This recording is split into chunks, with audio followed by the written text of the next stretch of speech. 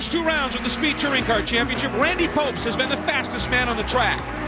At Sebring, he led for a total of 10 laps before a mechanical failure cost him victory. 2 weeks ago in St. Pete, he overcame a tough start to claim win number 1 in the touring car class. Besides manufacturer variety, another unique aspect of World Challenge is racetrack diversity.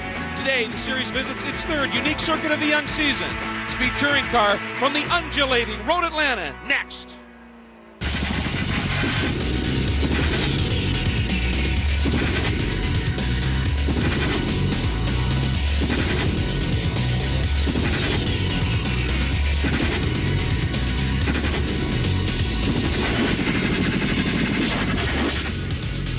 For the 11th year, and it's now 16 seasons of competition, SCCA Pro Racing Speed World Challenge will once again entertain the fans at Georgia's stunning Road Atlanta. Today, live, it's round 3 of the 2005 Speed Touring Car Championship. I'm Greg Creamer, joined by Dorsey Schrader. Calvin Pitts will be down in the pits. We said it is round 3. Let's go back and take a look now at a couple of key moments from St. Pete. At the standing start, Pope spun on the dirty side of the track on pole, and look at the launch by Chip Herr. That Audi Quattro doing the job. The youngster just literally leaped into an early lead, was able to hold it for a little bit. However, a full course caution soon ensued. At the restart, Randy Popes pounced, the Mazda ducking to the inside and picked up the lead. But at this point, what many expected would happen never did, as Herr was able to stay tucked into Popes and actually ran him down near the end of the race. Coming out of the final turn to the checkered flag, Popes just enough in hand and ended up taking the win, with Herr looking to a great second place, or so we thought. However, in post-race tech, as Popes takes the win, Herr's Audi discovered to have an illegal intake manifold, and as Popes celebrated at Victory Circle, Herr was to find out that his car was disqualified. So the revised results from Petersburg show Popes with the win, but now Kleinubing and Cunningham in the real-time accuracy take second and third, Matt Richmond fourth, Jeff Altenberg fifth, with Espenlaub, Clay, Kern, Osborne, and Nick Essayan rounding out the top 10. For the Stasis Audi team, a huge swing in emotion. And first, Paul Lambert explained what happened.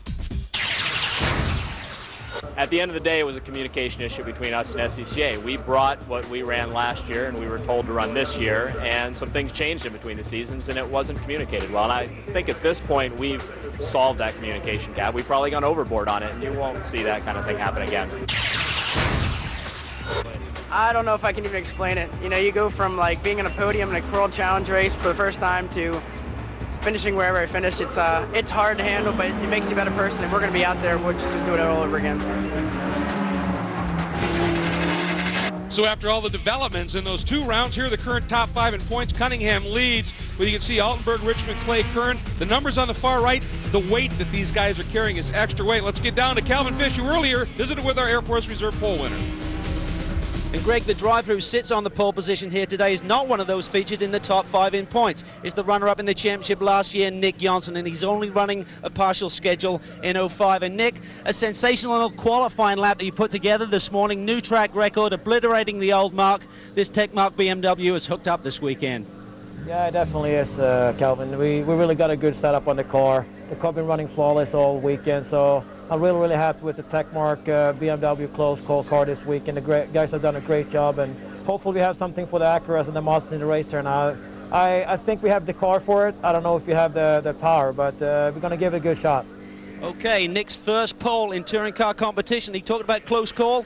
It was a close call in qualifying. Just 4 cars separated by a mere 0.07 of a second. It sets up for a great race this afternoon. And the top 15 underneath the track record as well. Here is your front row, Janssen and Pierre Kleinubing, who has won the last 2 races here. Row 2, Charles Espenlaub and Bob Stretch. We go to row 3, Peter Cunningham and Randy Popes off of his win in St. Pete. Row 4, Jeff Altenberg and Memo Gidley. And row 5 filled with 2 guys who put on unbelievable drives at St. Pete, Herr and Eric Kern. A great story there as well. Take a look at the rest of the field. Maybe the big story is the 3 Bimmer World BMWs who were 3rd, 4th, and 5th here last year on a track that is favored supposedly for BMWs. They could not crack the top 10. None of them could, including the gentleman who's 4th in the points, James Clay, qualified 21st. And now let's take a look at our onboard shots. This is going to be Scott Bradley, the number 6 Circuit City Mazda. He qualified 15th. We will also be getting some great shots from Seth Thomas. The number 38 Bimmer will BMW, qualified 12th. We will also be enjoying some looks from the number 48 of Memo Gidley, the Air Force Reserve Ford Focus. He qualified in the 8th spot. And then we'll be joined by 2 of the Mazda Speed Mazdas. Number 72, Jeff Altenberg, qualified 7th. We'll be riding on board with him. And number 73, Randy Popst in the Mazda Speed Mazda 6, qualified in 6th. And the interesting thing is that the Mazdas receive 50 additional pounds after St. Pete and 10% more restrictor on the engine. So obviously maybe they're not being right at the sharp end of things is showing a little bit. Well, the 50 pounds doesn't hurt much, but that restrictor, the inlet restrictor, really hurts. Watch the starts here. Road Atlanta with a very wide front straightaway has caused a lot of grief over the past years on these standing starts. It funnels into turn 1, and it doesn't always happen cleanly.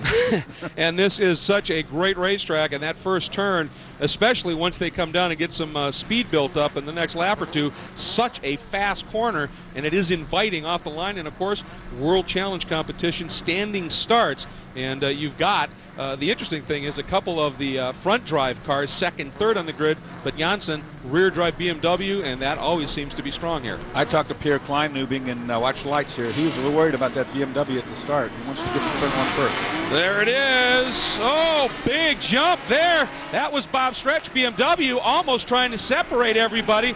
And around the outside, Janssen quickly covered beautifully, moved to the outside in the Techmark BMW. Sponsored as well by Close Call, and looked like he was able to hang on. He did indeed, but a great start by Bob Stretch, leapfrogging up into second. Really got the bad start. If anybody right there goes from the outside front row there all the way to 5th place, it was something he was worried about. It takes his car a while to get up to speed. And the other guy is Chip Herr. What a start. 9th is where Chip qualified. He now sits in, it looks to me, like the 4th spot. And you can see coming out of turn 5, they use up racetrack, they use up curves, they use up side roads, the whole thing. Well, to open the show, you said that Road Atlanta is undulating. It's got a lot of hills. You're right about that. And what happens is the BMW's got a lot of torque. And what it can do on these hills is it pulls itself up the hill better. Look at this. Contact, that's hurt, crossed up. Good Big save there. Good save. Got a little help there. Got him turned sideways in turn 7. Half a lap over, and we're already banging. Yeah, and I mean, I thought he might get freight train there for a second. He was able to find a way back in. Now here, I think, is the number 42. That is Cunningham, who is going to make the move as well. Oh, and a sandwich move on her right there. That's dangerous right there. Dorsey down into turn 10. There goes a mirror. Came up. Mirror gun with the side mirror just got knocked off one of those cars. You got it. Look at the pieces flying. They're just knocking off themselves all the bits. That was Mamo Gidley. Oh, shoved him way off the outside of the track. He was strip mining over there for a little bit. And Mamo Gidley having a great start as well. Watching things back, we got that. I don't know, is that smoke off of Stretch's car, something folded up? Well, they made enough contact between a lot of different cars to get tire rubbed and all sorts of things happening. We'll have to watch it. It unfolds here.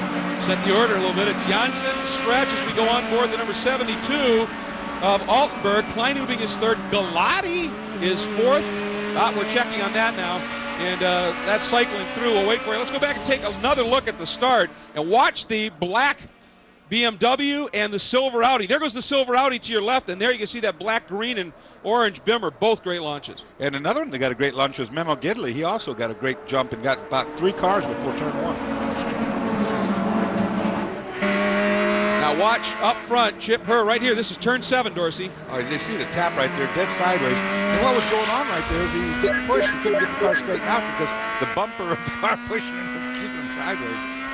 Little all-wheel drive maybe help with that save, huh? All right, let's go back to the sharp end of things, and it is Janssen leading in that Techmark BMW. Stretch right there, who was always in that Wheels America Okel's Fireplace car, wicked quick and doing the job once again. In fact, they've opened up a little bit of a lead over Kleinubing, Espinlaub, and Mamo Gidley.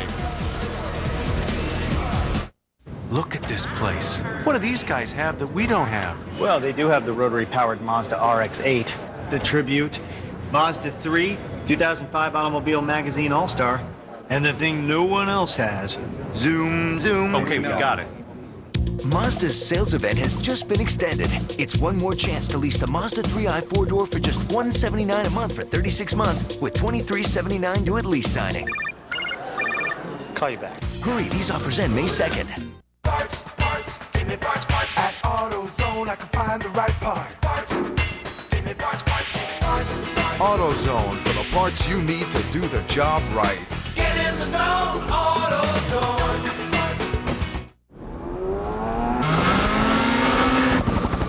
There he is.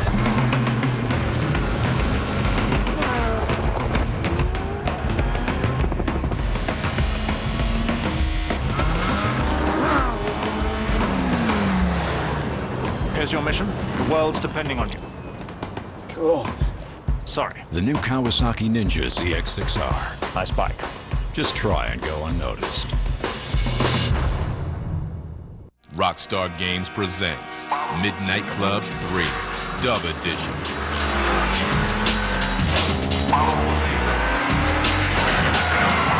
Out now for Xbox and PlayStation 2. Coming soon to PSP handheld. Rated everyone 10 and up.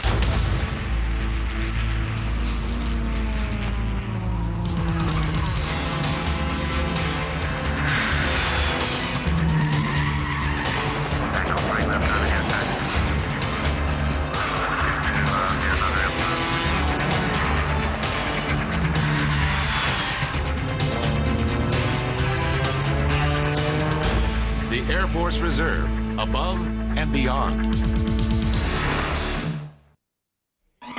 Speed Channel's coverage of the Speed Touring Car Championship is brought to you by Toyo Tires, driven to perform, and by Carfax. Welcome back to Road Atlanta as you see the pace car on track here in this third round of the 2005 Speed Touring Championship. That's the 24 Chili Pepper Racing entry of Jim Osborne, and there is the number 26 of Mike Flynn. That is the new Subaru all-wheel drive, one of the first cars to run forced induction, and a bit of a get-together in turn one. Yeah, right. It's a turn into turn one. You see Osborne gets into the side and gets hit himself. Now they all go out into the gravel trap, which remarkably nobody got stuck. See damage to the front here, Flynn's car. Yeah, that GP Moto entry, they had their best finish in this early development of the forced induction with a 12th in St. Petersburg. We're hoping for great things here. Help this weekend from Subaru of Gwinnett, not happening. And there's Osborne, who is out in really a great story with what that team does. They always do something with charity of some sort, usually medically related because the team is very heavy with medical people. And here they're hosting the Lighthouse Family Retreat, a Seaside, Florida retreat for families with kids that are battling cancer. Just an amazing story. And for Osborne, a tough way for the day to get wrapped up awful early. He's buried there. Flynn able to continue, as was the other real-time Acura that was just on the edge of all the competition. We're yellow, and we'll be back. NASCAR Nation on Speed. Get off the track and into the heart of the NASCAR Nation. We are kicking it off in high gear. Way better than any roller coaster I've ever been on. Stop it! There is never a dull moment. It's a perfect match. NASCAR Nation! It's been an amazing ride. Declare your citizenship Monday through Thursday, 7 Eastern and Pacific, exclusively on Speed. Grip, climbing ability, handling, traction.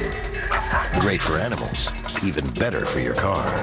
The Subaru Outback with symmetrical all-wheel drive standard. It has better handling and cornering and even better fuel economy than a Ford Explorer. Think, feel, drive Subaru. Now through May 2nd, get financing as low as 1.9% APR on all 2005 Subaru models.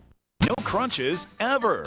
Introducing the Ab Lounge, scientifically designed to get you up off the floor, making old-fashioned crunches a thing of the past. Sculpt your abdominals using the Ab Lounge jackknife, proven in university testing to be better for your body. It's as easy as a crunch, but the Ab Lounge design makes every move really count, targeting your abs without wasted effort. Compare the Ab Lounge to an old-fashioned crunch. The advanced Ab Lounge jackknife generates up to 75% more muscle activity in the upper and lower abdominals, and an amazing 268% more in the love handle obliques. It's a complete lifestyle system, including Ab Lounge toning routine, healthy eating guide, and an aerobic workout designed to maximize results. I have this one pair of jeans. After just 8 weeks, my fat jeans don't really fit anymore. Call now to try the Ab Lounge for 30 days for just $14.95. If you don't agree the Ab Lounge is the best way to a sexy stomach, return it within 30 days for a refund of your $14.95. Call now and say goodbye to crunches forever.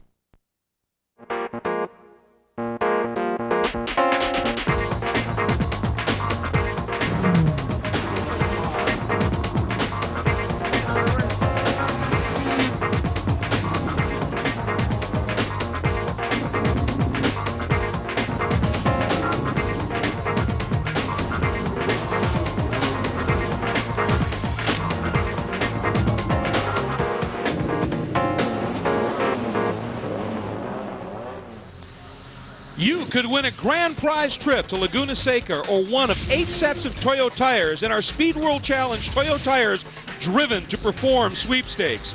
To enter, watch tomorrow's Speed GT telecast from Road Atlanta. That's tomorrow at 1 p.m. Eastern. See speedtv.com for details and official rules. Toyo Tires, the exclusive tire of the Speed World Challenge. And they're obviously not abusing those Toyo tires too much right now, but Calvin, they were earlier. Certainly were, and I spoke to the leader, Nick Johnson, just before the off and asked him who was his biggest concern in the field today, and he pointed to the guy alongside him on the front row, Pierre Kleinubing. He said Pierre is really strong here, and testimony to that is the fact that he won both races here last year, both the non-points race and the championship race later in the season. And the thing with the real-time guys, with those Acuras, they've really been working hard in the off-season to get the car better on the longer runs. With the front-wheel drive Acura had a tendency to abuse the front tires. They've really worked on that. They said that we should be as quick on lap 1 as we are at the finish, and he's now right on his tail. Well, Dorsey, that's all the more remarkable because he had a bad start, and it didn't take him long to get back onto Janssen's tail. I talked to Pierre right before the start, and he said he was worried about getting a bad start. He was with the front-wheel drive. You know, you go to try to spin the tires up, but rear-wheel drive spins them up pretty easy. Front-wheel drive doesn't. The other thing is the BMW we were talking about before has all the torque to climb the hill. Turn 1's a very steep uphill grade, and the Acura, it takes about a lap to get that thing spooled up and running. And so he knew going in that he was going to be vulnerable at the start. But now that he's in the second, the same thing goes true again. It'll be a rolling start this time, so he won't be quite as bad off. But he'll fall victim still to the BMW too.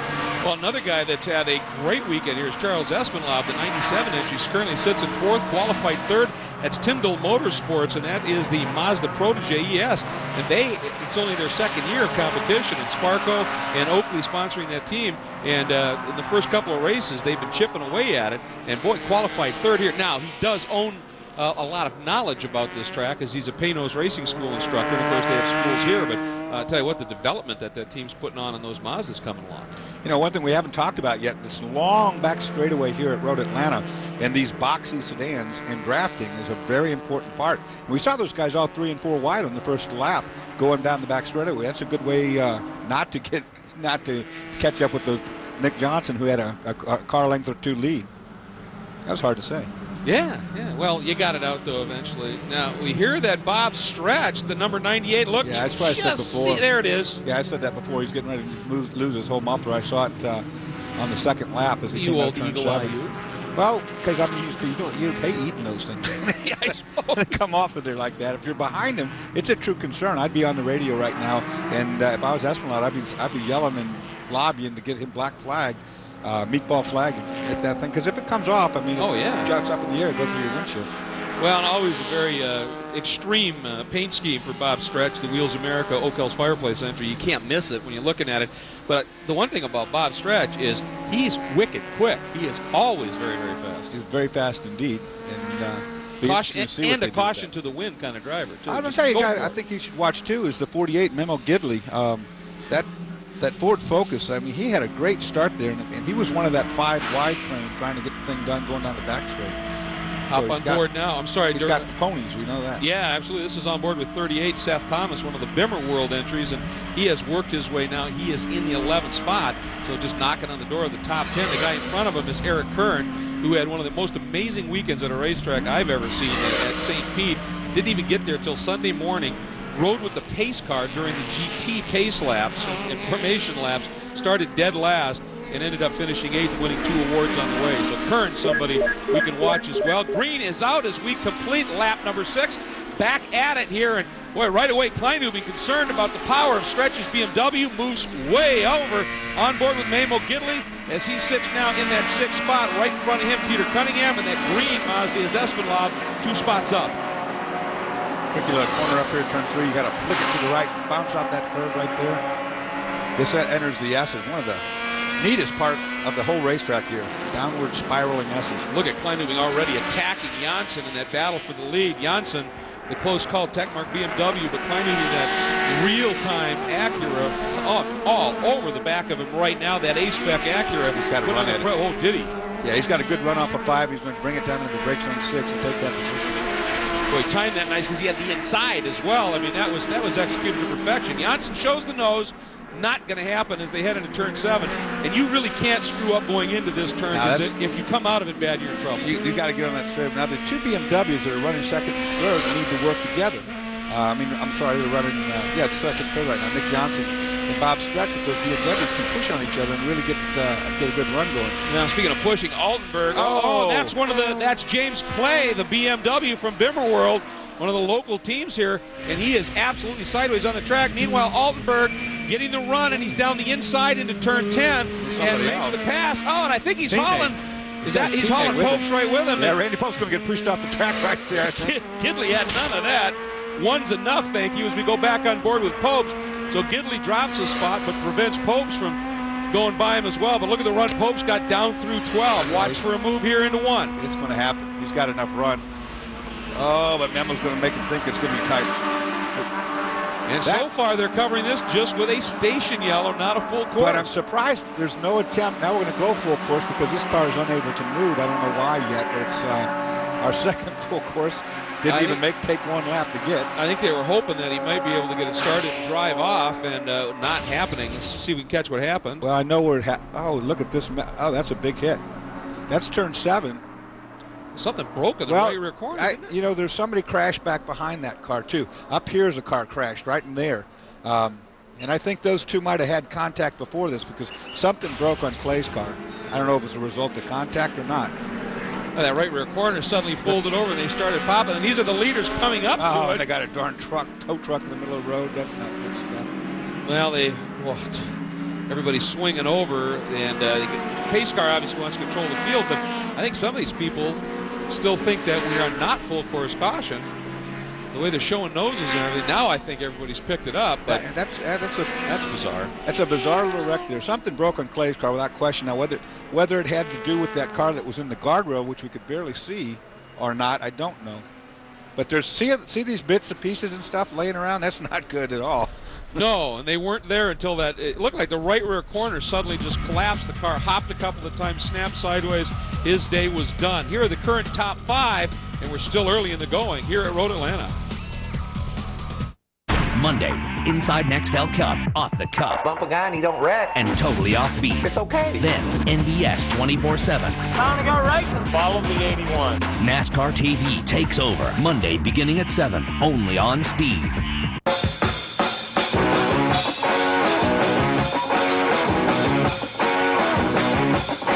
Revolution, get down. Revolution, get down. Revolution, get down. Don't treat me like I was born for nothing. 99 ain't no number. All or nothing, get down. All or nothing, get down. All or nothing, get down.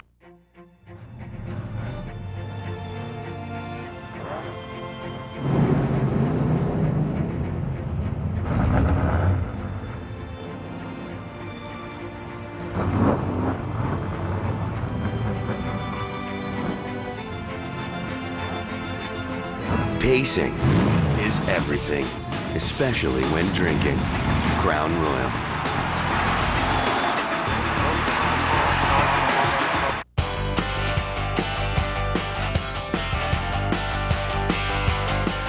Performance and protection that goes and goes.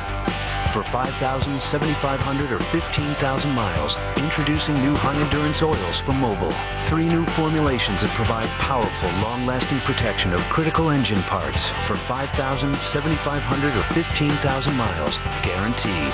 New high-endurance oils from Mobil. The oil that's changing oil.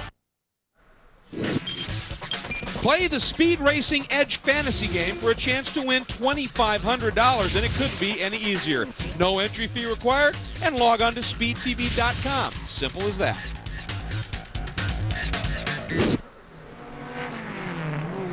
We are back, and we're dealing with this second full course caution, and they're still trying to get the track cleaned up a little bit. Looks like they may have Clay's car removed. There was another one involved. Dorsey are going to try and get back from a little different angle, take a peek at what may have transpired. Yeah, well, watch right here. See, there's somebody spun off.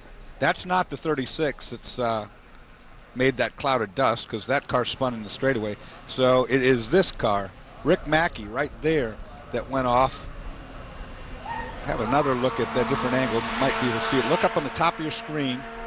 There's whatever broke on the right rear of the 36. Something on the right rear, I think a spring broke or something. It saw it drop down, but here in the corner is the other car that we saw. Well, and his trajectory took him right by that car, so you're right, maybe there was a hit. Meanwhile, problems, Calvin, for Bob Stretch. Indeed, Greg, he's here on pit lane. The crew are frantically trying to get this car fixed with the muffler issue before the field comes around and puts him a lap down. The safety wire is out. They're trying to make a quick fix here, but it looks like it's going to be too late. Big disappointment for this team qualifying on the second row today. And so quick always, and looking for a great run here, and to lose a lap because of muffler coming loose, well, I'll tell you, that's frustration, I would think.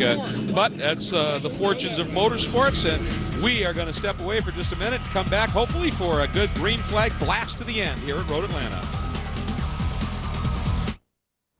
Hey, Greg White here. Next Tuesday at 8 o'clock, we kick off 2 great hours of motorcycle programming. It starts with American Thunder, then Corbin's Ride On, followed by Two Wheel Tuesday. We have factory superbike pilot Ben Spees in the house. So tune in Tuesday, 8 o'clock, only on Speed. We want to make sure that you're right for our daughter. Are you safe? Reliable? Don't buy a used car without a Carfax history report. Now with the buyback guarantee. For details, ask your dealer or go to Carfax.com. Out here, control is everything. On the track or the road, a B&M manual sport shifter will improve your driving performance, delivering more control and quicker shifts with up to 50% shorter throws than stock shifters. B&M Precision Machines stainless steel and T6 aluminum to craft the highest quality sport shifters in the world. So good they come with a 1,000,000-mile warranty. For the B&M dealer near you, log on to bmracing.com. B&M Sport Shifters. Improve the art of driving.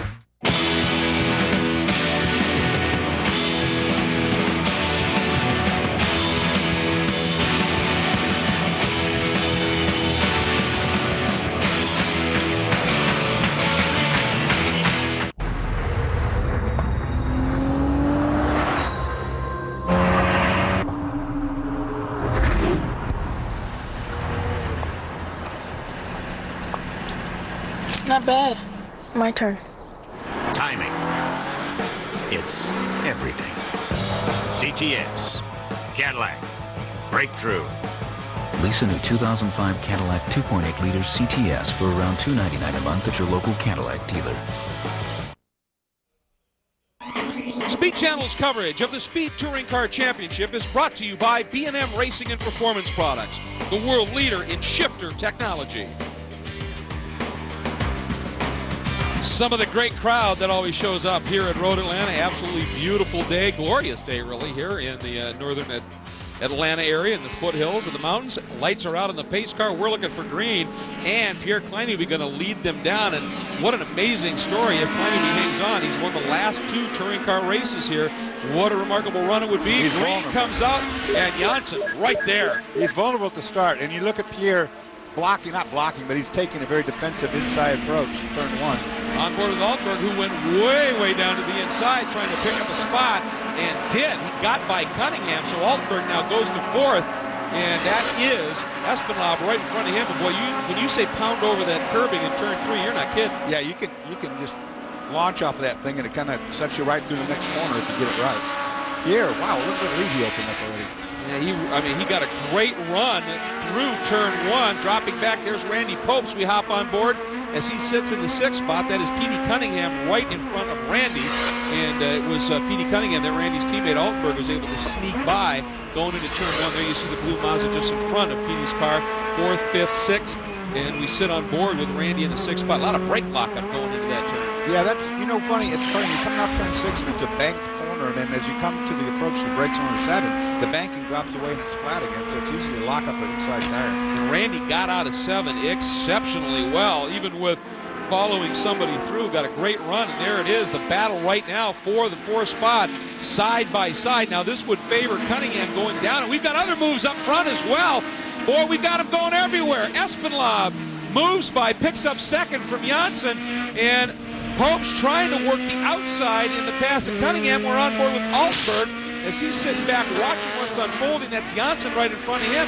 And Espinlop, what a great move down at the 10. That's a good place. That's probably the best passing zone. Look, side by side here, going down the front straight. They've been side by side since the run out of 7. That is Cunningham and Popes, and that is two of the very best road racers on the planet doing what they do well, running 7 corners, Calvin Fish, not touching each other side by side. Well, two of the best in the business. Oh, Popes! Ooh, sorry about Calvin, he got way wide. Go ahead. Well, he does have the extra weight that he was given to all of the Mazda 6s, which was 50 pounds, but he's also got 75 pounds since the win at St. Pete, so 125 pounds, less here restricted. But Randy said, you know what? We just came in this weekend with a good state of mind. We worked diligently on the chassis setup. He said, I'm happy. He said, I've got a car that can go to the front today. Now, Greg, you were saying I would be very nervous running side by side with no quarters between the cars, except if it were with Randy Popes to Peter Cunningham, because you know those guys and how they drive. I would run right next to them like that. They know each other. They know they won't crash each other out. So, I mean, you can't do that, everybody. I can tell you that for a fact. We're on board with Mamo Gidley, currently 7th in the Air Force Reserve Ford Focus. And you'll notice the lower right-hand corner of Mamo's windscreen, no numbers. Other cars, when we go to the onboards, when you see them in the shot, you'll see numbers there. It'll say plus and then some numbers. That's the rewards weight that they're carrying. Big move here. Altenberg, dive bomb, aggressive move to the inside of Janssen. And Janssen absolutely refused to give way, but he carried too much speed in, and he runs wide, skipping through the gravel at the exit of 11, gathers it up, lost a lot of time. But boy, Altenberg, a very aggressive move down to that corner, and Janssen losing places and dropping gravel. He's coming in. He is indeed coming in. He's lost a lot of gravel. And oh, stuff look at that right front. Oh, right front. Something's broke. That's why he went off. He might have hit a curb too hard, and the right front suspension has collapsed, and that's why he's gone off the outside of the racetrack, because it didn't look like he had that much speed on to me. Boy, 3 abreast right there. Oh, and a little bump, Davis. another bump. Davis getting into a little bit of a shoving match. That's Jason Martinelli. That's the team car to Nick Janssen, who's running up front, or was, that blue BMW. Then Davis, and then the 34 of Nick Essayan. More real-time people. Let's check in with Calvin Fish. Well, Janssen has got the car to pit lane, and the front suspension is completely broken. When he came to a stop, the whole front corner was wobbling around there, so I don't know if it was contact, whether he just launched over one of those curbs and broke the right front corner. Disappointing end to the pole sitter's day. That's a little bit more lock-to-lock than you like. Take a look. Maybe we can see him clout this curb. We come in, there's the braking maneuver. They bump a little bit there, but you wouldn't think that'd be that much. Right there, you see brake? Right front just broke right there. The suspension broke. And I don't think that was a result of the contact. Watch now. Now, see, it's the right front that breaks. So that hit doesn't do anything. It's on the other side of the car. Yeah, that little bit of, as Calvin would say, argy-bargy really didn't damage. It just looked like something let go in that right front corner. And so Janssen's day is done. He'll watch from the sidelines, and there is your current top 5 here at Road Atlanta. Wednesday night on Speed, build or bust and unique whips. First, take one rookie, a pile of parts, and turn him loose. Build or bust. Then, from stock to a one-of-a-kind work of art, unique whips. Unique is the best shot. Wednesday night beginning at 8 on Speed. A breakthrough in disposables. Sensor 3 from Gillette. 3 blades on springs that adjust to your face. It's Gillette's best disposable shave. And coming soon, an incredible offer from Sensor 3. Parts, give me parts. At AutoZone, I can find the right part. Parts, give me parts. AutoZone for the parts you need to do the job right. Get in the zone, AutoZone. You want to live life to its fullest. If you smoke, you're not. Today, thousands are turning to Smoke Away. Smoke Away is the all-natural, non-prescription system formulated to help you be smoke-free. The Smoke Away program is designed to help reduce and control nicotine cravings, minimize withdrawal symptoms, and help keep you calm. Live a smoke-free lifestyle. Call now or go online to try Smoke Away risk-free and live life to its fullest. Are you ready to quit smoking? You can get the help you need. Today, thousands are turning to Smoke Away. Smoke Away is the all-natural, non-prescription system formulated to help you be smoke-free. The Smoke Away program is designed to help reduce and control nicotine cravings, minimize withdrawal symptoms, and help keep you calm. Live a smoke-free lifestyle. Call now or go online to try Smoke Away risk-free and get the help you need to quit smoking.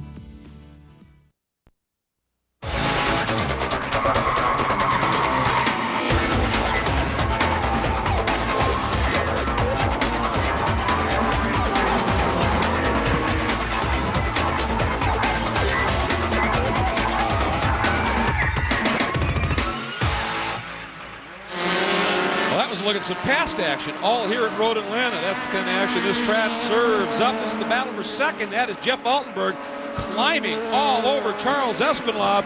And that is Popes right behind him and Petey Cunningham right behind him. But Altenberg has shown some serious aggression up through turn 6. Hard braking here. You got to get it rotated, get the throttle early. Oh, a little bobble from Espenlaub. Altenberg right there. Not for long. These guys are going to freight train right now, particularly the two Mazdas. He's got Popes, to remember, right behind him, so he's going to move right now, just get out of the draft. Watch the two blue cars. They're working together, teammates, and you really work a good draft down this straightaway. Boy, Espenlaub doing everything he can to drive wide without blocking. And watch for it, Altenberg willing to go deep, deep, deep on the brakes. Here he comes again down to the inside. Espenlaub lets him through. Clean. Altenberg makes the pass. And Espenlaub, a nice job of not letting Randy through as well. But look at the run by Popes. Is he going to try him down through 12?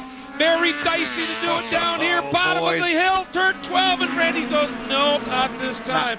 That was a smart move by a smart driver. That's a last lap move. You don't do that now. It's too risky. You give it up. Plus, you got Petey Cunningham doing exactly what Petey's going to do. Randy, that's the price you pay by that. Look at Randy going to counter-punch the move. Side by side. Up again. These two side by side up into turn 3. Popes inside. Gives enough. I don't know. They've been racing. You can drop maybe a piece of paper between the two of them. There's not a scratch on either of those cars. So that issue settled for a moment. Let's get down to Calvin Fish with Nick Janssen. And Nick, your day is over. What happened out there on the racetrack? Very unfortunate. Had some contact with a 72 Mazda there with Jeff Altenberg in it. Otherwise, you know, the Tech Mark close call, BMW been running, you know, flawless all weekend. So it's just a shame that we couldn't, you know, continue on and be there, you know, to the end and try to fight for the victory. But this time, you know, we had some contact and something broke on the car, and you know, what can you do? I mean, it was not intentionally. I know that. He's a good friend of mine, so he didn't do it intentionally. So just one of those race incidents, and you know, we just have to come back and, you know, try to get the next one.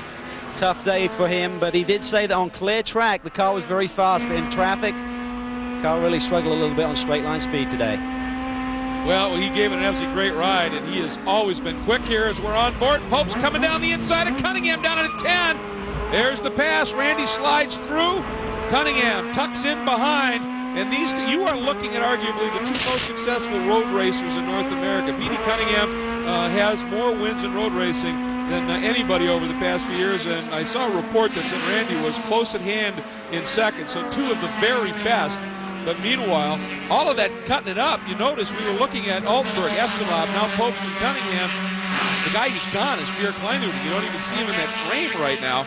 And he is doing what he seems to be extremely effective at here at Road Atlanta. And Petey Cunningham now has got his work cut out to try and run down Randy Popes once again. Cunningham knew that pass was going to be made, so he didn't contest it. It's a smart thing to do. He just let it happen so he could tuck right back in. And there's Gidley off the racetrack going down the back straight, pulling behind the wall. Something broken on the Ford Focus, it looks like. Having one of his best races. He was third at the season finale at Laguna, was hoping to carry that momentum in. And they backpedaled just a little bit relative to some of the other cars. They don't have quite the development program some of the other cars do, but he'd been quick all weekend looking for a good run here for the very talented Mamo Gidley, and a great car, but not today, apparently. Let's see if we can listen, Dorsey.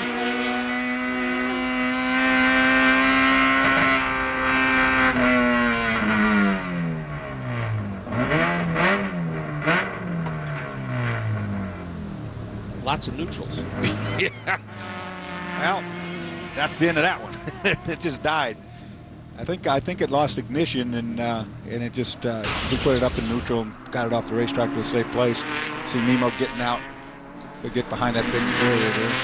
His day done. Oh, frustrating after such a great run, and they've been plugging away at it, Calvin, and it looked like today might be their day. Yeah, they really had a good run going here, and I can confirm it was the transmission. Just checked in with the crew, and what a week for Mamo Gidley. Just last weekend, he was over at the Long Beach Champ Car event, and he got to feature on the Jay Leno show, the Tonight Show, giving Paul Newman a lift in that two-seater Champ Car. So he went from 750 horsepower to a little less this weekend, but he's very versatile, as you can tell. Always driving that Ford, I guess, huh? Well, that one is going to have to get towed back in, unfortunately. Now we're watching, that's Chip Herr, and the guy right in front of him is Eric Kern. And I alluded to when we went through the starting lineup as they shared that fifth row, two of the great drives at the second round at St. Pete. Curran didn't even get to the track until Sunday morning, had not driven it, had not tested it, had never been to St. Pete. The only ride he got was an opportunity in the pace car. Meanwhile, we're going to go back, and we have a pass for fourth. We're watching with, and look at there, P.D. Cunningham just slices down underneath. Randy Popes, these two just going at it once again. That's not over with by any means. They'll keep that up all for the rest of the race, I'm sure.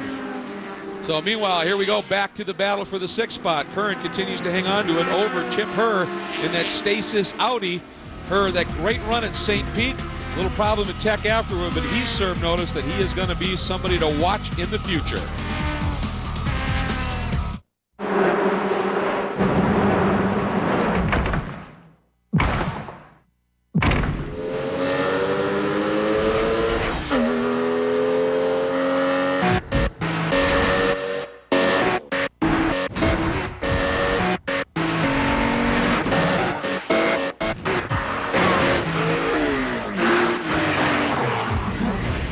Perfectly tuned, the all-new Boxster. Porsche, there is no substitute. Inside every bag of Scott's Pure Premium Grass Seed is a Scott's Pure Premium lawn. Thicker, stronger, not a weed in sight. Because Scott's Pure Premium is seed that's pure. So pure, we guarantee a weed-free lawn. Other brands can have thousands of weed seeds in every bag that can ruin your lawn. The choice is simple. Pure and simple. Scott's Pure Premium Grass Seed for a Scott's Pure Premium lawn.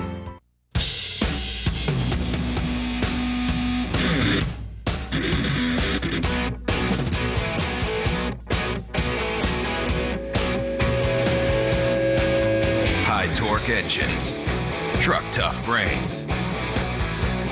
For work, play, and everything in between. Pick a direction. Go. Get 2 years of extended service protection free on all John Deere Buck ATVs today.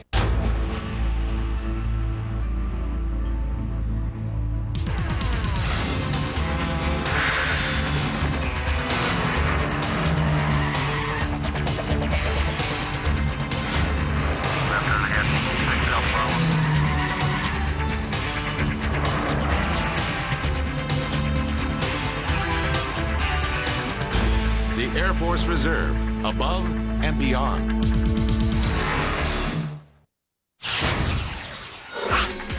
We're looking back to September of last year when this gentleman, Pierre Kleinhubing, won his 2nd consecutive Speed Touring Car Championship race here at Road Atlanta. Tongues were wagging. You don't do that very often. Repeat, and he has the opportunity to do it once again here. And what a remarkable streak Pierre Kleinhubing has been able to put together. Something about Pierre and Road Atlanta, no matter what the car he's driving, no matter what the situation, he is able to just go extremely quickly around this track. And by the way, I want to inform you that this is a timed event, and wanted to let you know on that. And we've still got some good racing to go, but Pierre Kleinhubing's got pretty serious margin built up now, over 3 seconds. What's scary about that is that the real-time guys have been concentrating on making this car good on long runs. This has been a long run, and look what he's doing. He's distancing himself to Altenberg in the Mazda 2.5 seconds at Road Atlanta. Is a long way. There's a good battle been going on for that's Chip Herr with Herr. They've been side by side coming down the hill the last 2 laps in a row. So these guys have decided to have a war of their own. It's great for the 6th spot, and Chip Herr was able to take it, but here comes Kern. Look at her, a little bob and weave, and that hood bobbing a bit as well. And that Kern could fly up any moment. That's always neat. Stay in the line here, but oh boy, Chip Herr takes it in to 10. And Herr, of course, had that great start early on. Oh, drops the wheels off. Boy, he carried a lot of speed in, but he managed, it's all-wheel drive, so I guess you can off-road it a little bit. He can off-road, as long as Acura doesn't go with him. It's always good also to throw that debris in your competitor's face and windshield. Really made me happy when it happened. We're on board now with the number 38, the Bimmer World BMW, Seth Thomas. And once again, last year, set the track record here for a race lap record. And really didn't have a great run at qualifying. Trouble. Too much speed. Way wide. Too much speed, and I saw that right when he turned in. I said, I don't think that'll work. Takes a little shortcut or a long cut, if you will. and gets back on the racetrack safely. Well, he was closing up on that Kerr battle, and I think maybe he just got a little bit too excited That's a tricky little corner right there. Take a look at what happens. You're going up a hill, and then you got to make the car turn at the top of the hill. If you leave your braking a little bit too late right here, you got too much speed when you get to the apex. He's wired the apex, wisely goes this way instead of trying to make that corner and ruining his tires. The guy that was right behind him was his teammate Matt Richmond. Oh, that's the exit of 7, so that's all right. So his teammate Matt Richmond picked up a spot as we go back with Seth Thomas right now. And right on board here, but Kleinubing checking out Altenberg, Espenlaub, Cunningham, and Popes, your top 5.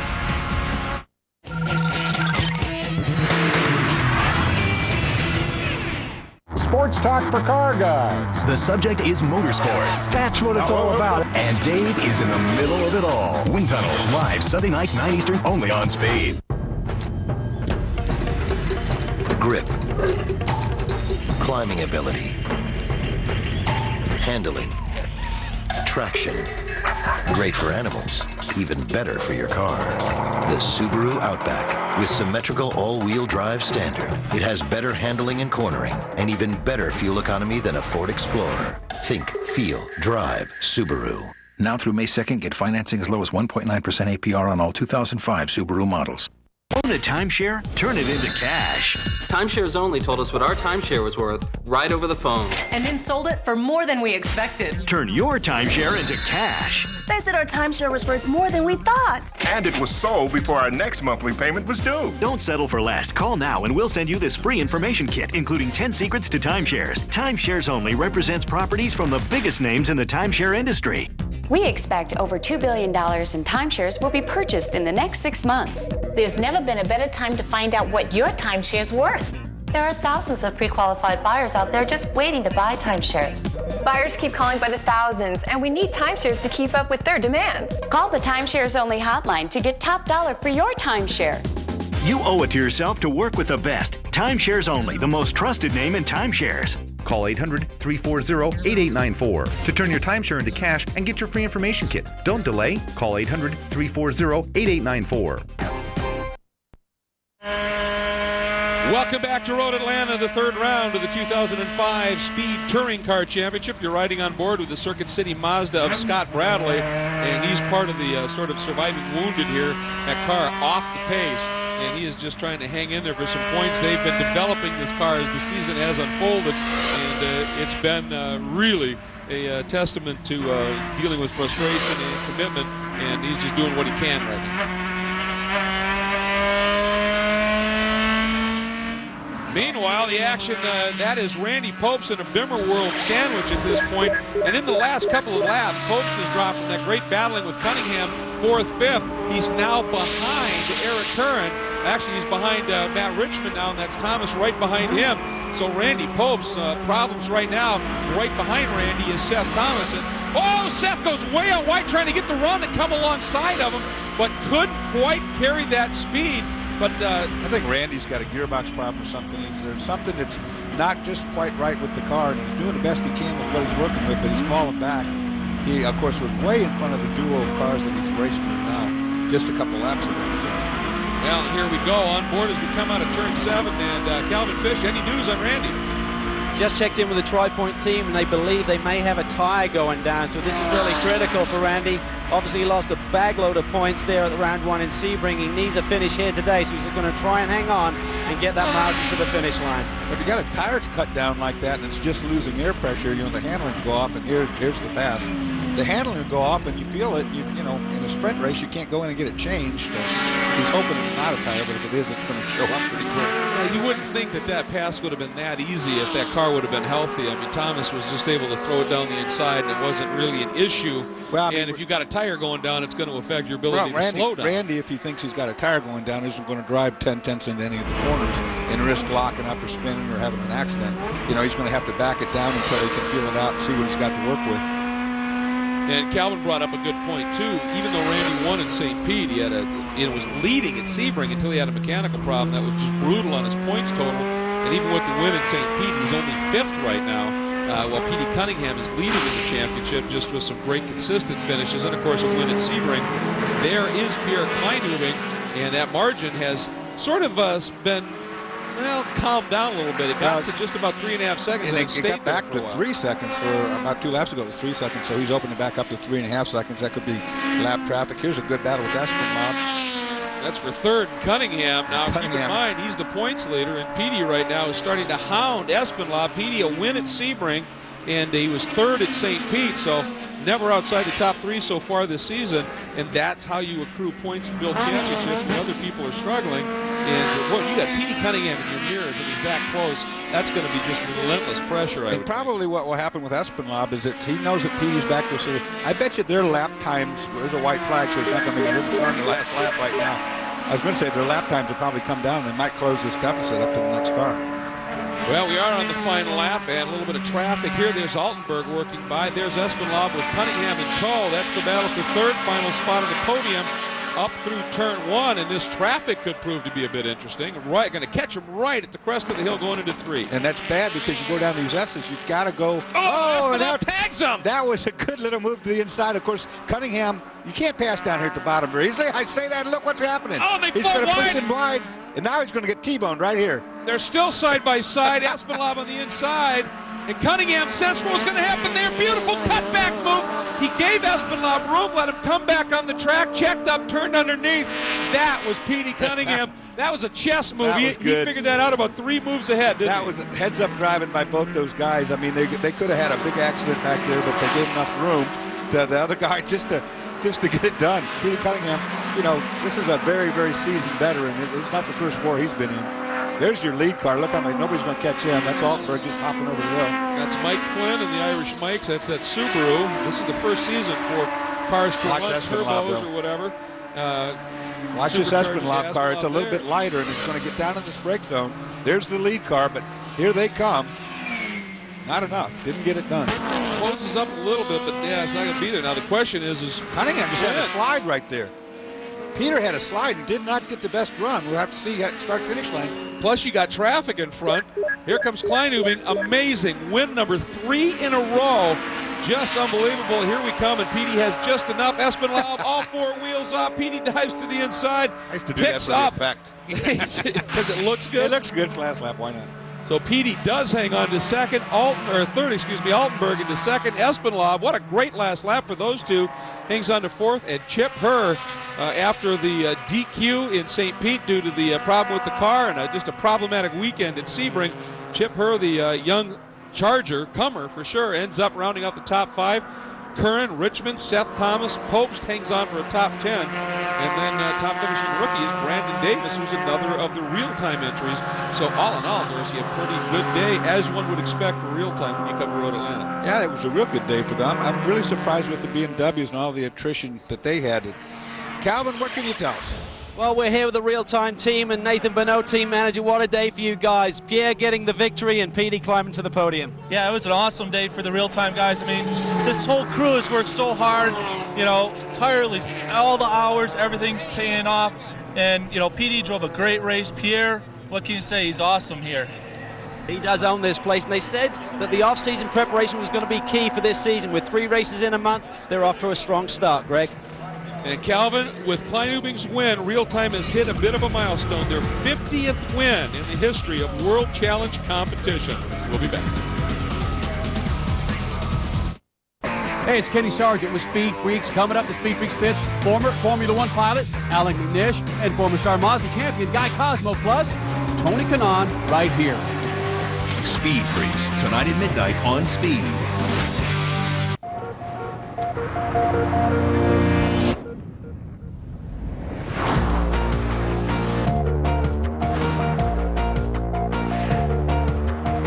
It's not that you never saw yourself in a car like this.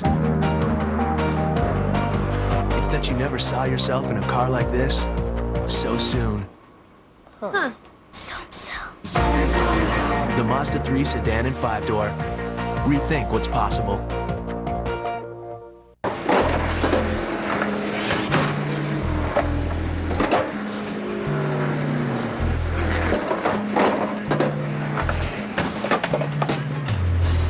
Junior, you looking for this?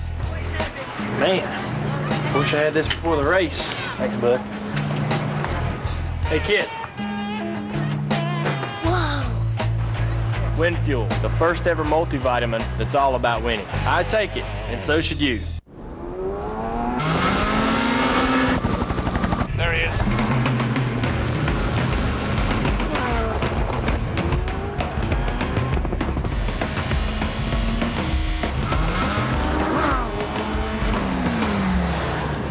Here's your mission. The world's depending on you. Cool. Sorry. The new Kawasaki Ninja ZX6R. Nice bike. Just try and go unnoticed. Wednesday night on Speed. Build or bust and unique whips. First, take one rookie bike builder. Give him 30 days, a pile of parts, and turn him loose. Build or bust. Then, Will Castro takes a car from stock to a one-of-a-kind work of art. That's a little over the top. Unique whips. Make sure it's on time. Everything. Unique is the best shot. Build or bust and unique whips. 3 chances to see 2 killer shows. Wednesday night beginning at 8 Eastern, 5 Pacific. Only on Speed. Speed Channel's coverage of the Speed Touring Car Championship is brought to you by Toyo Tires, driven to perform. Back at Road Atlanta, the post-race festivities are beginning. Let's get right down to Winner's Circle with Calvin Fish and our winner. Pierre Kleinubing, 3 straight victories here at Road Atlanta. It seemed like the perfect day. You had a lot of confidence going in, and it played out. Great run for you. Yeah, I like this place, but first of all, I want to say hi to Carla at home, and I really need to thank Redline, Brembo, and Memphis for helping us out this year. It's great. It's awesome. This team with Brian Pillar and Armstead got even stronger, and Nathan Manoa is doing an awesome job just having these guys in line and it's showing on the track with being stronger and stronger every weekend. All right, mate. Well done. Thank you very much. 3rd straight. Unbelievable. Here are the results. Kleinubing with the win. Altenberg, Cunningham, Espinlauf, Chip Herr, and Curran, Richmond, Thomas. Randy Pope survived, as I said, for a top 10. And then Brandon Davis. A couple of special award winners to note. In the 13th spot, Seth Nyman wins the Sunoco Hard Charger Award. Started 28 and ended up 13, so he gets the award there. And we also take a look, Mike Flynn, who ended up 21st, and he was involved in that incident, but he won the B&M Hole Shot Award in that beautiful GP Moto Subaru WRX, making up 4 spots in the opening lap. Let's get back down to Calvin. Well, a guy who climbs the podium for the 2nd time this year, Jeff Altenberg, great run for you. You've really had to use a lot of aggression, great drive today. Thanks a lot. I used some aggression, but not as much as some others. I mean, there was some stuff going on out there, but Stride Point Mazda 6 was awesome as usual, and man, this series is so fun and so competitive. I feel bad for Nick Johnson, and we went down there, we're friends, man, went in there side by side, and he pinched it a little tight, and I got into him, and I guess he got the worst of it, and it had me worrying the whole rest of the race, but man, the car was just awesome, and you know, we hung in there. We had nothing for Pierre, and maybe the last couple laps, I just want to make sure I finished. Charles was really nice. He pointed me by, fellow Mazda driver. I guess he figured sooner or later I was going to get him, but he let me go to try to get Pierre. It was very cool of him. Great points today for Altenberg. And speaking of those points, Cunningham now is still your leader. About the same as what he came in with, 11-10. Altenberg in 2nd spot. The big gainer is Kleinubing, who jumps from 7th to 3rd with the win. Matt Richmond still in the top 5, and Eric Curran jumps from 6th to 5th. So a great run, certainly for Kleinubing, who after a problematic start, clawing away at this. And what surprises me about this race is the lack of performance by the BMW gang when this has been a primarily good BMW track. Of course, we had Johnson that had the problem that he was the pole sitter, but the Bimmer World guys, they never found the speed they needed. And it was a very eventful race. We had the cautions early, but we did see some absolutely fascinating racing. Popst and Cunningham side by side in that last lap with Cunningham and Espinlauf. And passing where I said you can't. Exactly. Now, this track, obviously, lots of undulations, extremely fast. Next round coming up mid-Ohio. A lot of elevation changes, but not as quick. Not as quick and not nearly the grip on the surface. This racetrack has good grip, and mid-Ohio does not. So it should be an interesting show, and you can watch it, of course, right here in Speed, Saturday, May 28th, 3 p.m. Eastern Time. Mid-Ohio, round 4 of the Speed Touring Car Championship. I just want to remind everybody that I mentioned Real Time getting its 50th win. Their 6th win here at Road Atlanta. They just love this place. Thanks so much for joining us. For Dorsey Schrader and Calvin Fish, great to have you with us here at Road Atlanta. We look forward to seeing you at Mid-Ohio, and until then, take care, everybody. For the 20 top superstars in monster truck racing, the ultimate destination has been reached. Las Vegas at fabulous Sam Boyd Stadium. It's the Monster Jam World Finals, the biggest field in the sport's history. 20 trucks. So it should be an interesting show, and you can watch it, of course, right here in Speed, Saturday, May 28th, 3 p.m. Eastern Time, Mid-Ohio, Round 4 of the Speed Touring Car Championship. I just want to remind everybody that I mentioned Real Time getting its 50th win, their 6th win here in Road Atlanta. They just love this place. Thanks so much for joining us. For Dorsey Schrader and Calvin Fish, great to have you with us here at Road Atlanta. We look forward to seeing you at Mid-Ohio, and until then, take care, everybody. After 2 rounds of the Speed GT Championship, 3R Racing's Tommy Archer has already exceeded the total wins he earned while claiming the 04 title. After controlling the pace en route to winning at Sebring, Archer fought off Robin Liddell to capture victory on the streets of St. Petersburg in round 2. Now the series moves to the sweeping corners and elevation changes of Road Atlanta, where Team Cadillac and Max Angelelli dominated in 04. Will Caddy rise to the occasion again? We'll find out next, right here on Speed.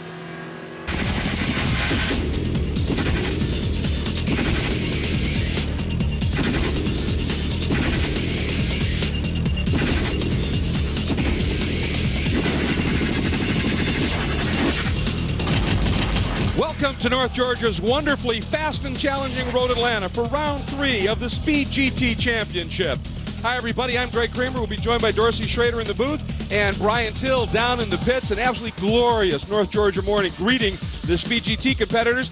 Great action in the opening 2 rounds of the championship. As a matter of fact, some interesting machinations have led to the current point scenario. Tommy Archer leads it up by 11 over Robin Liddell, then Pilgrim, Hensler, and McClure. To the right, you see the rewards weight, the extra weight they carry. Archer, because he's won both of them, carries an extra 75 per win, 150 pounds. You'll see that on the windshield of the cars. Keep an eye on that. Also in the Manufacturers Championship, because of those wins and some other great performances, Dodge is up by 6 points over Porsche, then Cadillac, and then Chevrolet. So that battle very close as well. Now the interesting thing, Dorsey, is the fact that Porsche has literally been the quickest. They've had both poles, both fast laps, but the story so far seems to have been simply Tommy Archer has been brilliant. Well, Tommy Archer, you could think the Viper would be very good at Sebring with the long straightaways and so forth, but that St. Petersburg race should have been a Porsche race. It only wasn't because Tommy was really sneaky and got a good start, and then the race played into his favor. It only had 5 laps or so of green flag racing before cautions came out, kept the Viper's tires alive. He got another win, but he also got a competition reward weight. He did indeed. Now let's get down to the grid to Brian Till, who's standing by with one of those drivers who had one of those fast laps. Well, Robin Liddell is tired of the number 2. He finished second in this race last year. He's second in points, finished second in the last race, and now he's on the second row. Robin, I'm sure you're tired of the number 2. Can you jump these caddies at the start? Well, I certainly hope so. We had a very good start here last year, but we found that without the launch control systems of the caddies and the Vipers, we've struggled a little bit in the first 2 starts. You heard him say the number 2 again, struggling the first 2 starts, but the Porsches have been quick all season long. Look for him to be quick here again today, guys. It should prove to be an absolutely fascinating race. The cars are gridded. We're going to step away for just a moment. When we come back, we will bring you the starting lineup and, of course, one of the most exciting moments in motorsports, Speed GT's standing start.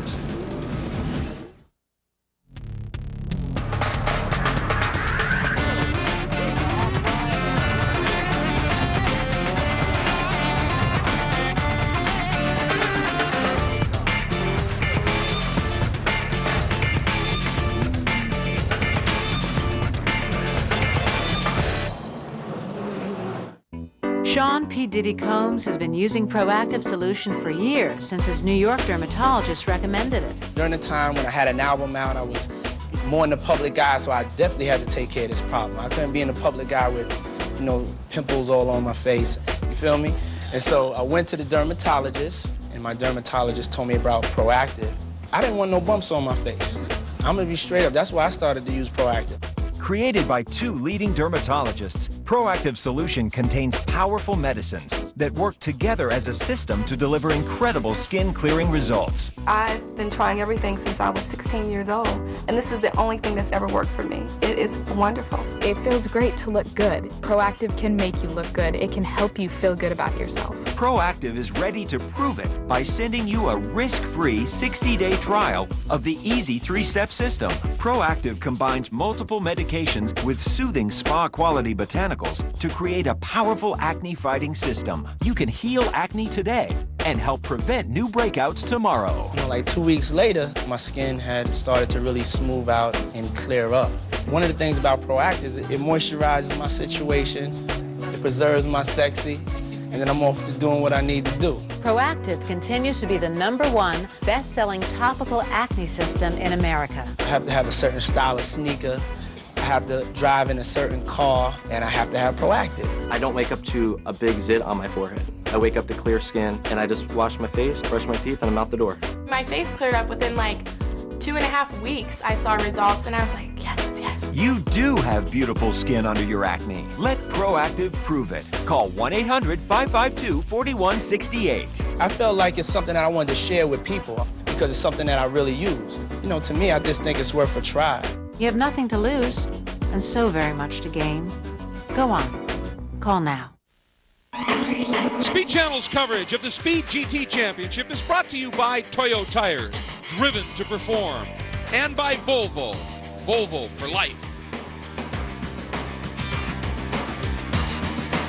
And welcome back, everybody. The field out on their formation lap, which means we are just moments away from the start of this. Let's take you to our Volvo starting grid. On the front row, frankly, it's all maxed out. The only way to put it, Max Angelelli, the gentleman who won from pole last year, and Mad Max Pappas joining him alongside. Busy weekend for Max Pappas. Row number 2, all Porsche, Robin Liddell and Wolf Hensler having good runs in qualifying as well. Row number 3, Lou Gelati, third here last year and third in our most recent race. And, of course, the defending series champion and double winner so far, Tommy Archer, make up row 3. Row 4, Andy Pilgrim, the third of the Cadillacs, and James Safronis. Great to have him back in competition in GT. And row 5, Chip Herr doing double duty this week and has been very quick in Tom Oates Chevrolet, and Leighton Reese, who was much quicker in a couple of the practice sessions. Look for Leighton to be coming up through the pack. We take a look at the rest of the starting order, and Dorsey, certainly some names back in this group that could make a bit of noise here. Yeah, 11 and 13th position, pair of Corvettes for Phil McClure and Tony Gaples. They're really quick. Don't count out Stu Hayner. That Pontiac GTO, it's coming along, and he's getting pretty happy with the way it's performing. A lot more of a smile on Stu's face this weekend as that's been developed and coming along pretty smartly and showing some good speed. Now let's take a look at the onboard cameras. We're going to be giving you some great views here. Back in the 13th starting spot, one of the gentlemen that Dorsey alluded to, Tony Gaples in the Kleinschmidt Corvette, will be giving us some good looks. Then we move up the grid just a little bit to the 7th starting position. Number 8, Andy Pilgrim, the XM Satellite Radio Mobile 1 Cadillac. Then we go to the 3rd starting spot, number 66, Robin Liddell, the AXA Financial FAF Porsche dealership, Porsche 911.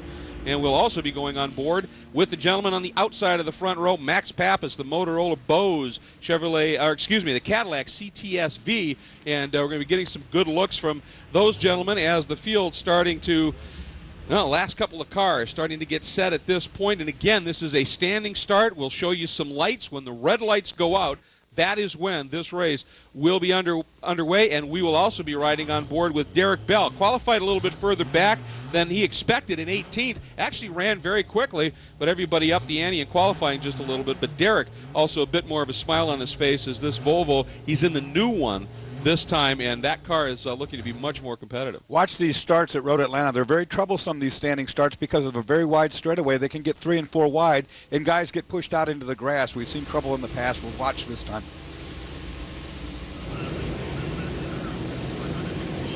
Waiting for the signal from the SCCA Pro Racing sanctioning folks that the grid is clear.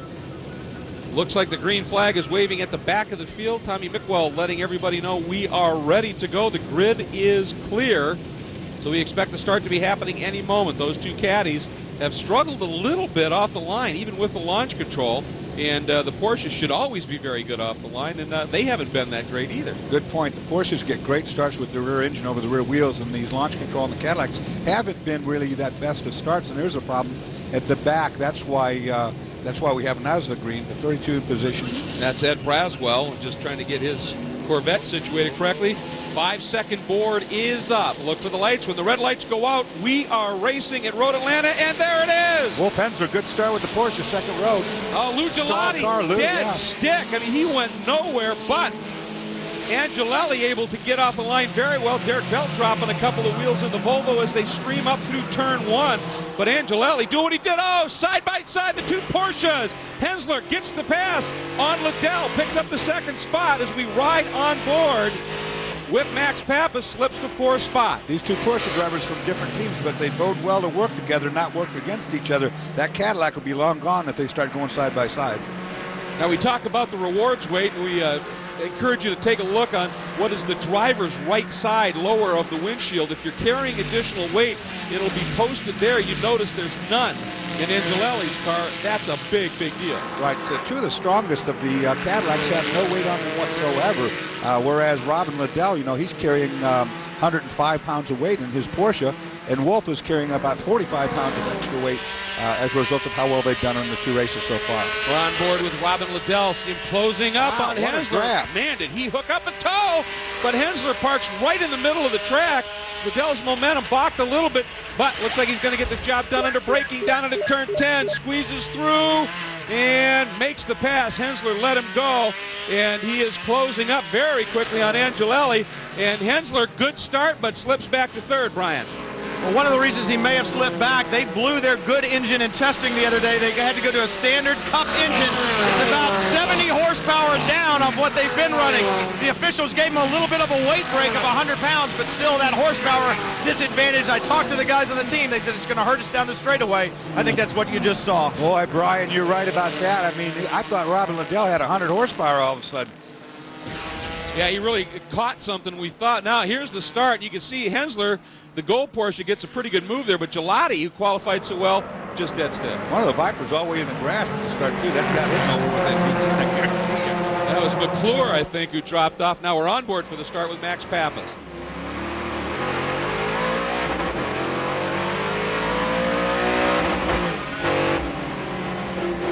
There's Liddell. Wolf's inside of him. There he is.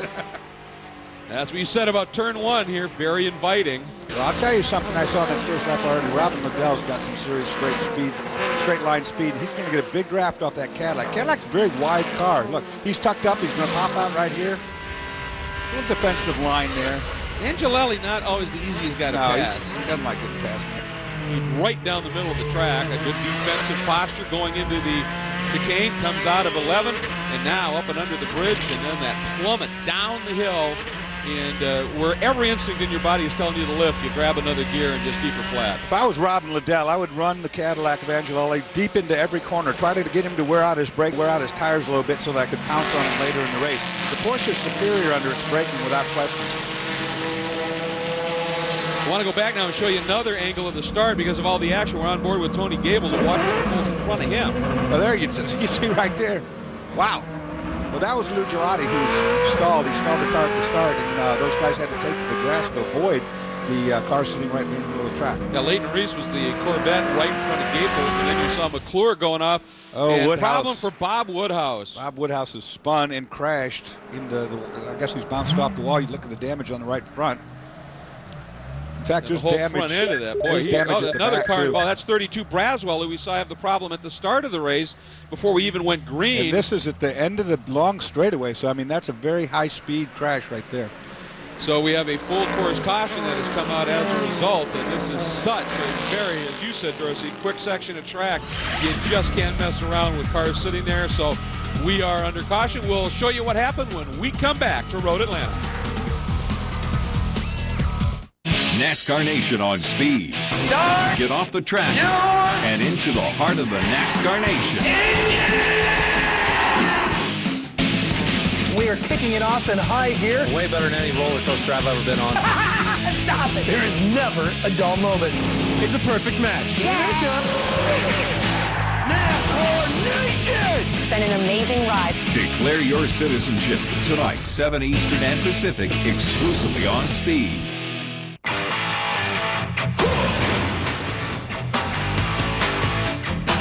Chevy offers the most crew cabs of anyone. Colorado, Avalanche, Silverado, and Silverado Heavy Duty. The most crew cabs. That's why Chevy's the right truck. The official truck of an American revolution. Have you pushed the hot button yet? See your local participating Chevy dealer today. Get hangovers? Man, so do I. Even after just 2 or 3 drinks. Thank goodness for Chaser. It helps me avoid hangovers by eliminating harmful elements. Its ingredients have been used for centuries, so I know it's safe. I just take 2 Chaser caplets before I go out, and the next morning, I feel great. It's like a whole new lease on my social life. Listen, do what I do. When you drink, don't drive, and avoid hangovers. Take Chaser. Buy Chaser today at GNC, Walgreens, and these other fine stores. Do you have an accident case and need money now? Are the insurance companies giving you unfairly low offers? Do you need money to hold out for a bigger settlement offer? If so, the Whitehaven Fund can help. We advance money to people with accident cases. Call 1-800-910-8586 and get your money within days. You can use the money any way you need. And if you lose your case, you keep our money and don't have to pay us back. So if you have an accident case and need money now, call 1-800-910-8586. And welcome back to Road Atlanta, everybody. Very early in the going in the third round of the GT Championship. And we're going to show you why we're under caution. But first we want to tell you can win a grand prize trip to Laguna Seca or one of 8 sets of Toyo tires in our Speed World Challenge Toyo Tires Driven to Perform sweepstakes. To enter, watch for the driver in today's in-car camera, number 66, Robin Liddell. Then log on to the SpeedTV.com sweepstakes page with the driver's car number. It's easy. See SpeedTV.com for details and official rules. Toyo Tires, the exclusive tire of the Speed World Challenge. And there you see the number 13 Viper, Bob Woodhouse's car, and he was one of the drivers involved. The other, Ed Braswell and Dorsey. Let's take a look. This right here is because of blocking, and you see this is at over 160 mile per hour. They both get in the grass, but keep watching. They haven't hit the wall yet. Woodhouse at the very bottom of the frame is going to hook back around and slam the wall. He's out of our picture right now. Here he comes. Big impact, front then rear. This all because somebody didn't want to get past and ran somebody off to the grass. Not very advisable thing to do at 160 plus mile per hour. And I mean, at that point, they were 2/3 of the way on the wrong side of the track. Yeah, that's all junked up over there, too. They're completely, I mean, you should be over driver's right coming down that hill. And because of the blocking maneuver, they were all the way driver's left and out into the grass. So totally not good at all. No, not at all. We're going to... There's a good look at Tommy Archer, who's back in the pack just a little bit, and we're on board with Derek Bell right now in that beautiful Volvo S60R. We're going to step away while we remain under caution, and we'll be back to Road Atlanta. Hey, Greg White here. Tonight at 8 o'clock, we kick off 2 great hours of motorcycle programming. It starts with American Thunder, then Corbin's Ride On, followed by Two Wheel Tuesday. Ben Spees, the factory superbike pilot, is here. So tune in at 8 o'clock, only on Speed.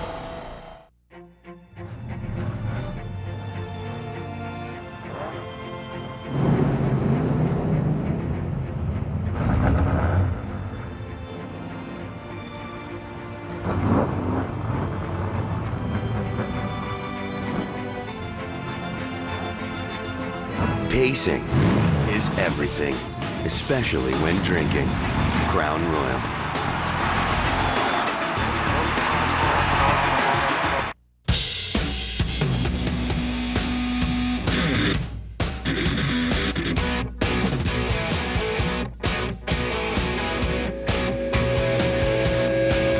High torque engines, truck tough frames. For work, play, and everything in between. Pick a direction. Go. Get 2 years of extended service protection free on all John Deere Buck ATVs today. Michael Waltrip? Yes. That's cool. Okay, what are we waiting for? Waiting on you. I'm waiting on you. I'm waiting on you. You are in for a treat. You're gonna be right down in front. Morning. You're gonna be able to see the whites of Michael Waltrip's eyes. How about that? Bobby, come on. Best Western, the official hotel of NASCAR. NASCAR fans, stop at Best Western to save with our new Race Fan Rate.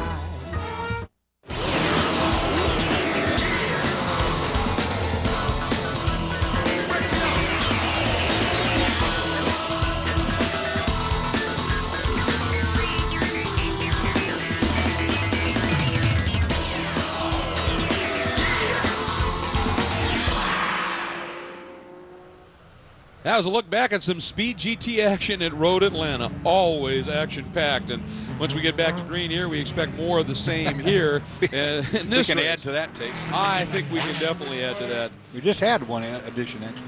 Coming up and through the field now. Take a look. We're going to show you. See this on the windshield for Archer's car. You see that plus 150. That's the rewards weight. If you win, you get an extra 75 pounds, 60 per second.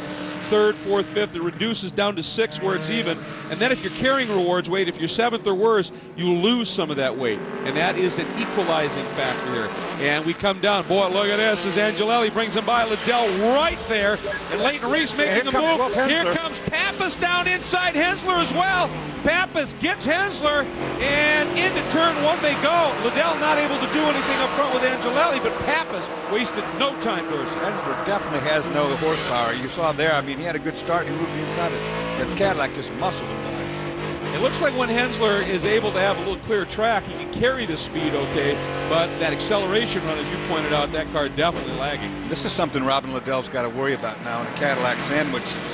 He's got to be watching the rearview mirror as well as trying to figure out a way to get around to Angelelli. UBS is through 5, now the run down into turn 6. Because of this little bit of banking, you can go way deep into 6 on braking, can't you? Got a Cadillac sandwich and a Max sandwich. Got Max the Axe and Mad Max. Oh, and there's Lou Gelati, who's trying to work his way back up through the pack, getting by Tim Weens. I believe that's Gaples right with him, trying Inside to follow him through. That's not smart right there. That's turn 7, and that's the corner leading on the longest straightaway. Going side by side through there makes you both slow on this straightaway, and it loses your momentum. So watch, maybe these guys get past from behind. Now, as I said early in the show, it's a beautiful North Georgia morning with Brian Till. It's kind of cool. Yeah, it's real cool, and the track surface itself is very cool. It's going to take a couple of laps to get the tires up to temperature, and the track will get better as the race goes on. But the ALMS boys were out in morning warm-up. They said the track is not good right now, so on these restarts, this guy's really going to have to be careful for a couple of laps. And the lead 4 have broken clear just a little bit. Angelelli, Liddell, and Hensler trying to get a run underneath Papis. And wasn't able to get it done, but it didn't look like it hurt him too much on that uphill climb. So at this point, Hensler without the engine, he's trying to do everything he can, I would imagine, Dorsey, to just keep his momentum going. Well, he's using what he's got to work with, which is called brakes. The Porsche's got great brakes, so he's going to keep pounding the Cadillac any place they have a hard brake zone. Pilgrim is the car in 5th. That's the 3rd of the 3 Cadillacs. Then it's Archer and Reese having a good battle as well. Whoa, Leighton Reese a little squirrely there as he came out of 5, ran a little long on that access road, able to save it, but lost touch. There goes Leighton right there, the Banner Engineering Corvette. Kind of an interesting weekend for them. Started off pretty badly. One of his crew members got hurt in an accident. We wanted to say hi. We know he's back home and recuperating, and he'll be fine, which is the good news. Leighton practiced very quickly at one point, but in qualifying kind of fell off just a little bit. And he's just enough behind this lead train that he's not getting any benefit whatsoever of the draft. An important factor here at Road Atlanta with this long straightaway. You see Liddell takes a look down the inside, forces Angelelli to turn in just a little bit sooner.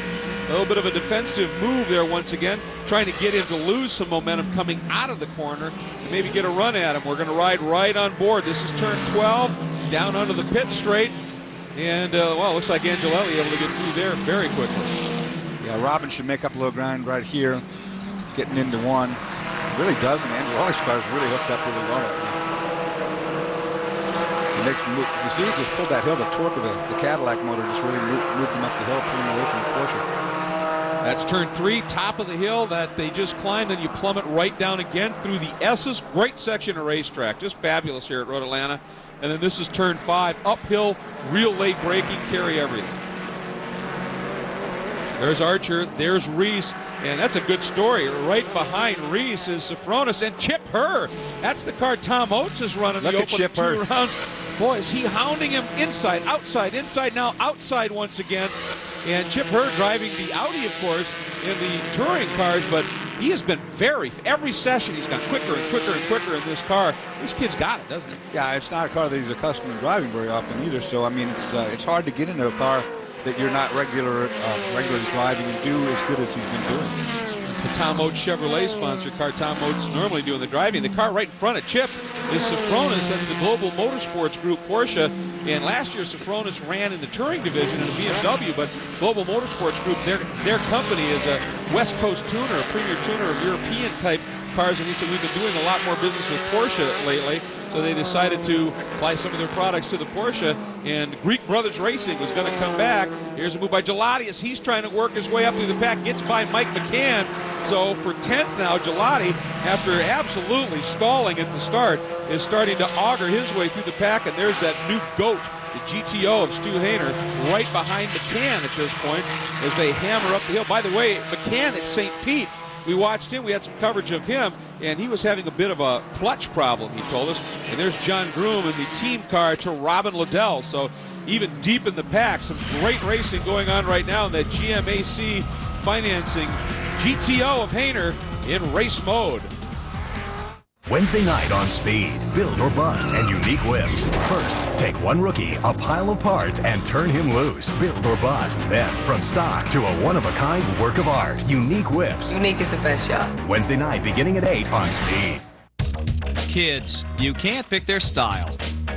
You can't pick their friends. You can't pick their interests. But you can pick their wireless calling plans. And no one makes it easier than Radio Shack. Choose from select Samsung camera phones for just $49.99 with either Sprint PCS or Verizon Wireless 2-year agreements. No wonder Radio Shack sells more wireless phones than any other consumer electronics retailer. So even though you can't get them to pick up their room, you can pick the best wireless deal for them. At Radio Shack, we make it easy. We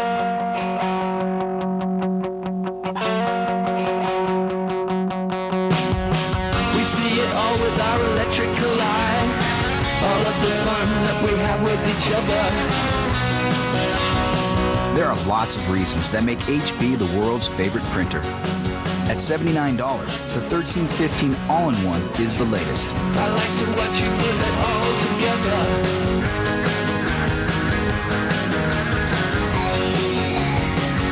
$79 to print photos with vivid HP inks, scan old pictures, even make color copies. All with one brilliantly simple machine. Get this special price until April 30th, plus free shipping and 100 sheets of premium photo paper. Call 800-920-MY-HP for the 1315 printer, scanner, copier. It's all you need, all in one. I like to watch you put it all together. You can win a grand prize trip to Laguna Seca or one of 8 sets of Toyo tires in our Speed World Challenge Toyo Tires Driven to Perform sweepstakes. Enter, watch for the driver with today's in-car camera, number 66, Robin Liddell. Then log on to the SpeedTV.com sweepstakes page with the driver's car number. It's that easy. See SpeedTV.com for details and official rules. Toyo Tires, the exclusive tire of the Speed World Challenge. And we're back in the 14th spot. That is Phil McClure, then Tony Gaples. And then we go back a little bit further. Now that's Tim Weems. And I believe that is Diller right behind him. That's Lemmy Diller.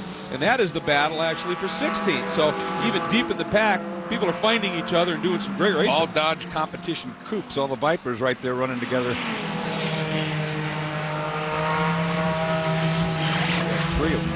The green car is, by the way, Rob Foster, who's currently the top place rookie in the field, and there's some very talented young rookies and some very talented experienced rookies. A lot of these guys, a lot of Viper Racing League, they have their own series for these cars, and they did well there and decided to try it and move up to the big guys. But unfortunately, one of the big names in the field is Derek Bell, and Brian Till, he's pit side. Well, Greg, you know, Derek, a good friend of us here at Speed. He talks to us on the radio in the car, but we didn't want to talk to you in pit lane. What went wrong with the Volvo? There was just, I was having trouble getting the gears. We seem to have trouble with the gearbox at the moment. I don't know why, but suddenly as I brakes at the end there, I just saw loads of that nasty smell of sulfide, so I knew it was the gearbox or the diff somewhere, so no point in plugging on, you know, so I came in and there was oil everywhere. Well, disappointment, but, you know, Derek always smiling. The car is so much better than it was at the end of last season. They got high hopes for it. Derek's looking forward to driving it. I was talking with Derek the other day after I was watching in turn 1, and the car looked really good.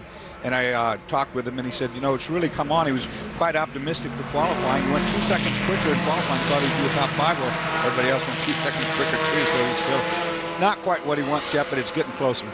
Now they keep working at it, and obviously I'm wondering with the gearbox, as you develop the car, and that car puts out some power, and it's an all-wheel drive, if they keep getting the car quicker and starts loading the driveline more and more, do they need to do some work now on the box? Well, sure they do. I mean, it's always the weak link in a race car. You make something stronger, there's any more horsepower, then the next weakest link breaks, and you fix it, make it better, and then the next weakest link breaks, until you get it all sorted. Back to the battle up near the front. Look there at Max Papis sitting in third spot in that XM satellite radio Cadillac as you hop on board with Max. Liddell just in front, right behind Wolf Hensler in the Porsche. Max, busy weekend this weekend. He hasn't just been racing here at Road Atlanta. He's racing IROC in the IROC Championship and did a really great job the other night. Texas came in 6th and got to fly back and forth on NASCAR's jet like I did when I was in IROC. And it's quite a thrill to run that series. And he did a good job. And bad news as well. We were watching some great racing from young Chip Herr driving in the big bet in GT, and he now is down in the pits as well. Greg, you said young Chip Herr. He doesn't look old enough to have a driver's license. We're used to seeing him in touring car. Now in GT, he had a great run going. But what happened to the vet? We had some engine problems at the end of St. Petersburg. The car finished for Tom Oates. But unfortunately, we put an Old Faithful back in, which had 12 races on it, and we weren't sure what was going to happen.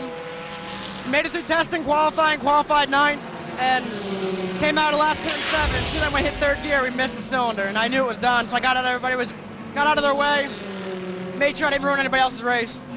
A professional move by the young man, and it sounds like they now know. 12 races, guys, that's enough. Don't go for 13. That's a lot of races. Don't go for 13. And speaking of numbers, that number 16 on Max Papis' Cadillac, a very symbolic special number. It celebrates the wonderful V16 engines that established Cadillac as the benchmark for luxury back in the 1930s. So the numbers game in racing, always important. And there's a look at the number 55 of Wolf Hensler, really doing a superb job in a car that definitely does not have the power he would necessarily like, and still doing the job. We're on board with Andy Pilgrim, and that little dot up front is Wolf Hensler. So doing a great job. Pilgrim sits currently in 5th. This weekend on Speed, NASCAR heats up in Phoenix. Friday, bush pole qualifying followed by bud pole qualifying. Then NASCAR trackside. This is unbelievable. And Saturday, NASCAR This Morning in a special evening edition. Your NASCAR weekend begins Friday, 3:30 Eastern, only on Speed. Big man wearing jeans and a flannel shirt. Big man swinging a miss. Big man diaper starting to sag. Gotta get his pants up. Big man taking off the gloves looking for a fight. Big man. Oh, big man taking the top off the quick creek crack seal. Oh, big man squeezing the cock. Quickcrete concrete crack seal keeps annoying cracks from getting worse. No crunches ever.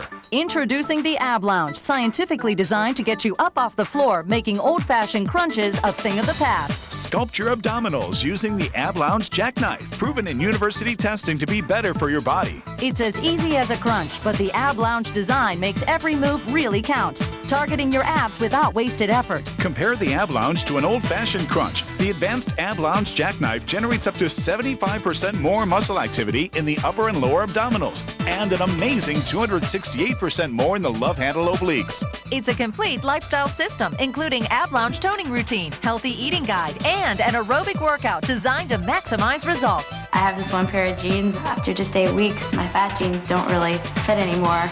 Call now to try the Ab Lounge for 30 days for just $14.95. If you don't agree the Ab Lounge is the best way to a sexy stomach, return it within 30 days for a refund of your $14.95. Call now and say goodbye to crunches forever.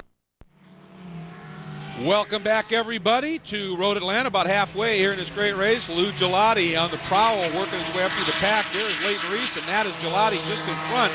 And Gelati, we talked about struggled at the start, but has been on a charge ever since. He has now made his way up into the 7th spot in that LG Long Tube Headers Corvette. LG is Lou Gelati, and he's got a performance company, and they actually designed those headers, and then they contracted Borla Exhaust, which is one of the best to build them. And I understand most of the vets in the field are running those headers. Oh, he makes all kind of performance ports for the Corvette. They've got carbon fiber drive shafts, all kind of neat stuff. And I liked what I saw of Leighton Reese, who realized that Lou had come from way back, from dead last after he didn't do the start well, and he saw that he was catching him, and he pointed him by. He said, okay, I'm not going to hold you up. You got more than I got right now, and that's a great thing for the driver to do. If you can't outrun the guy and you know it, don't get in his way. Well, I've known Leighton for years, as have you. I knew Leighton back in his ice racing days. And when the guy had a car to race, he would race you as hard as anybody.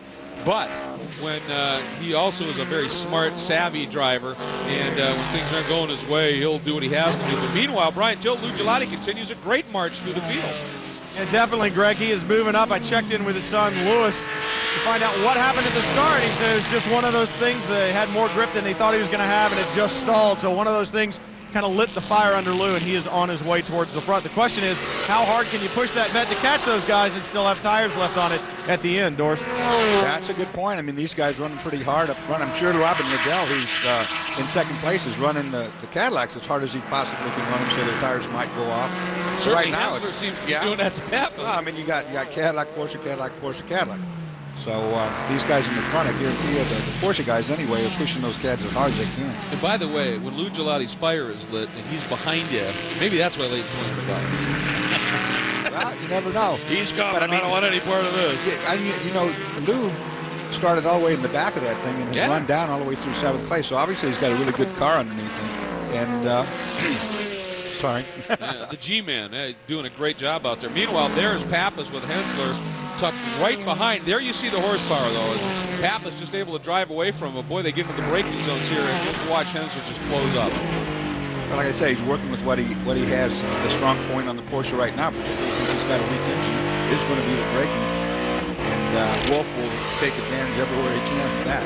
Angelelli running into the first bit of traffic we've seen up front. There they go, trying to work by. And look at this. And boy, Liddell saw opportunity. Well, he tried opportunity. Sometimes you can make opportunity. Oh, and Hensler got down underneath.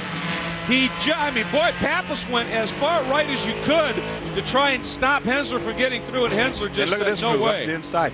But here's the bad news, and when we get to the straightaway to turn 7, Wolf Hensler with that Porsche, with all that work and bravado to get by that position, will probably be picked right off by the Cadillac down the straightaway. Here at Atlanta, it's really hard to defend against horsepower. Well, and through that pass as well, he had got so squeezed, I don't think he got out of one as quickly as he would have liked to. Maybe tried to gap him through the S's. And Hensler, he's trying, Brian Till, but we're wondering about that motor.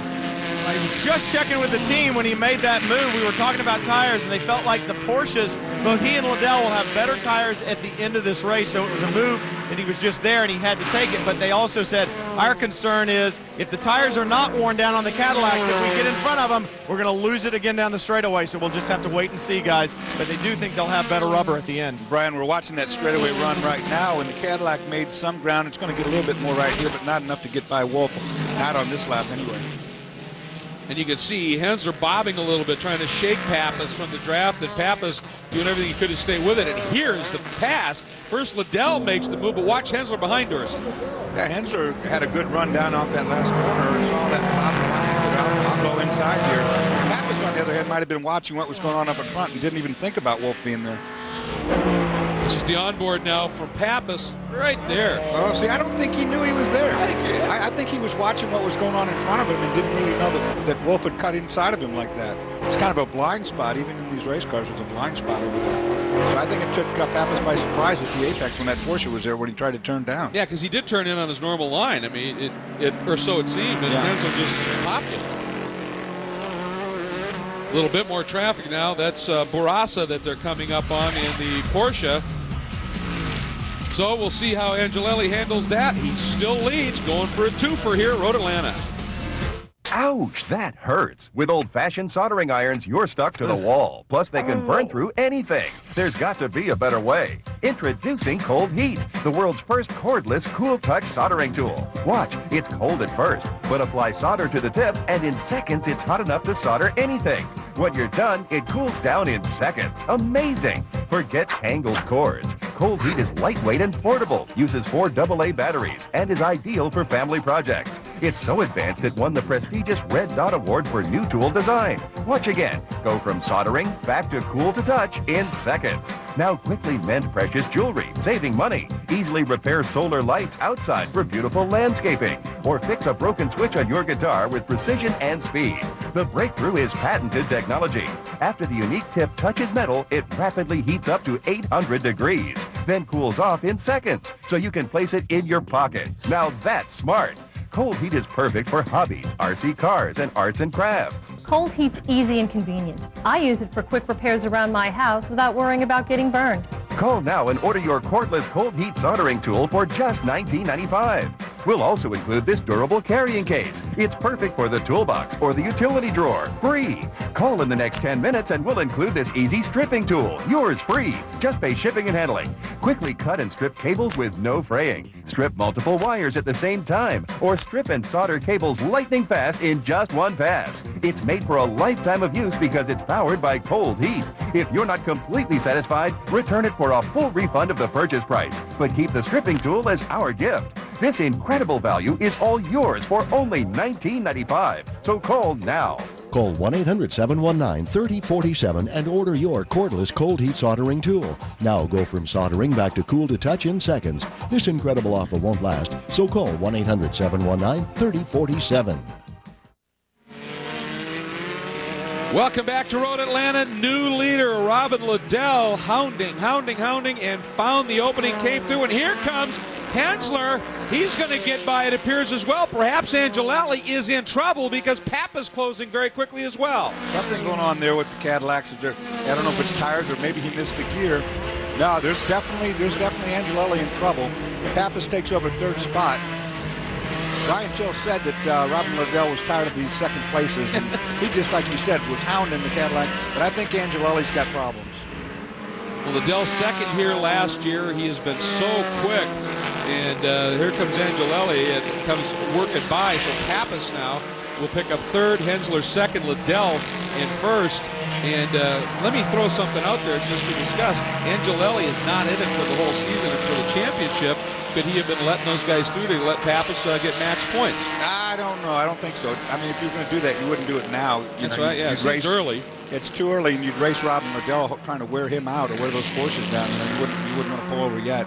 I think Angelelli actually in trouble inside the car something going on. He's dropping even further back than you would expect had he just been playing some sort of strategy game. So on board with Pappas sitting in the third spot right now. That's Hensler in front. Liddell just up exiting turn 6 into turn 7. Well, I tell you, for a car that's down on power, that Hensler car, the Farnbacher Lowell's entry, is doing exceptionally well. Now, they run a little bit less weight as a result. That's got to help on a momentum track. This is where it hurts him. You see the Cadillac now pulling in on the back. It's going to get a little help on the draft, but this is where it hurts. Top end, and this is a long straightaway, and top end here is higher than most places these guys will run at. Like I say, these cars are over 160 miles per hour when you start down that hill. Back with Pappas here, bouncing the curbs, working the throttle down through 12 once again. Boy, they've got a big group of traffic they're going to be closing in on, and that's a pretty intense battle between that group back in 16, 17, 18. Lenny Diller, Marziali, and El Sayed that they're going to be coming on here, and it's all a matter of when you catch them. This traffic will hurt the Porsche more than it will hurt the Cadillac, and the reason I say that is, again, the bigger displacement engine and the torque of the Cadillac, it can recover its speed once it's lost it quicker than the Porsche can. Boy, Liddell catching him right where it's going to kill him on the exit of 5, but he does have a little bit of a margin. Looks like Hensler and Pappas going to be able to catch him. Well, they're going to catch him heading into 6 and 7. That may be worse. Look at Liddell pumping down the inside, working through this group and intensely. Hensler's the victim here now. He's the one that's really in the most trouble of all these. Oh, and he got Megan's contact. Hensler trying to get down underneath Sonny Whalen. Whalen never saw him coming. He turned in. Marziali involved as well. He was desperate right there to make that pass. Before that corner, he was trying to get because he knew his Porsche was vulnerable, but he didn't want the wreck that happened there. Now we have to look and see how much damage Yeah, Papis is now second, and there is Hensler. You see smoke off of the applied materials. That's damage and tire rub from the contact. He's now third. Papis gone into second. So Hensler in trouble at this stage. Go back, take a look. Right between 6 and 7. Yeah, he's trying to get underneath these lap cars because I was saying his momentum, if he breaks his momentum, he's in big trouble. He's trying to get underneath. Sonny doesn't see him. He touches into the side of him.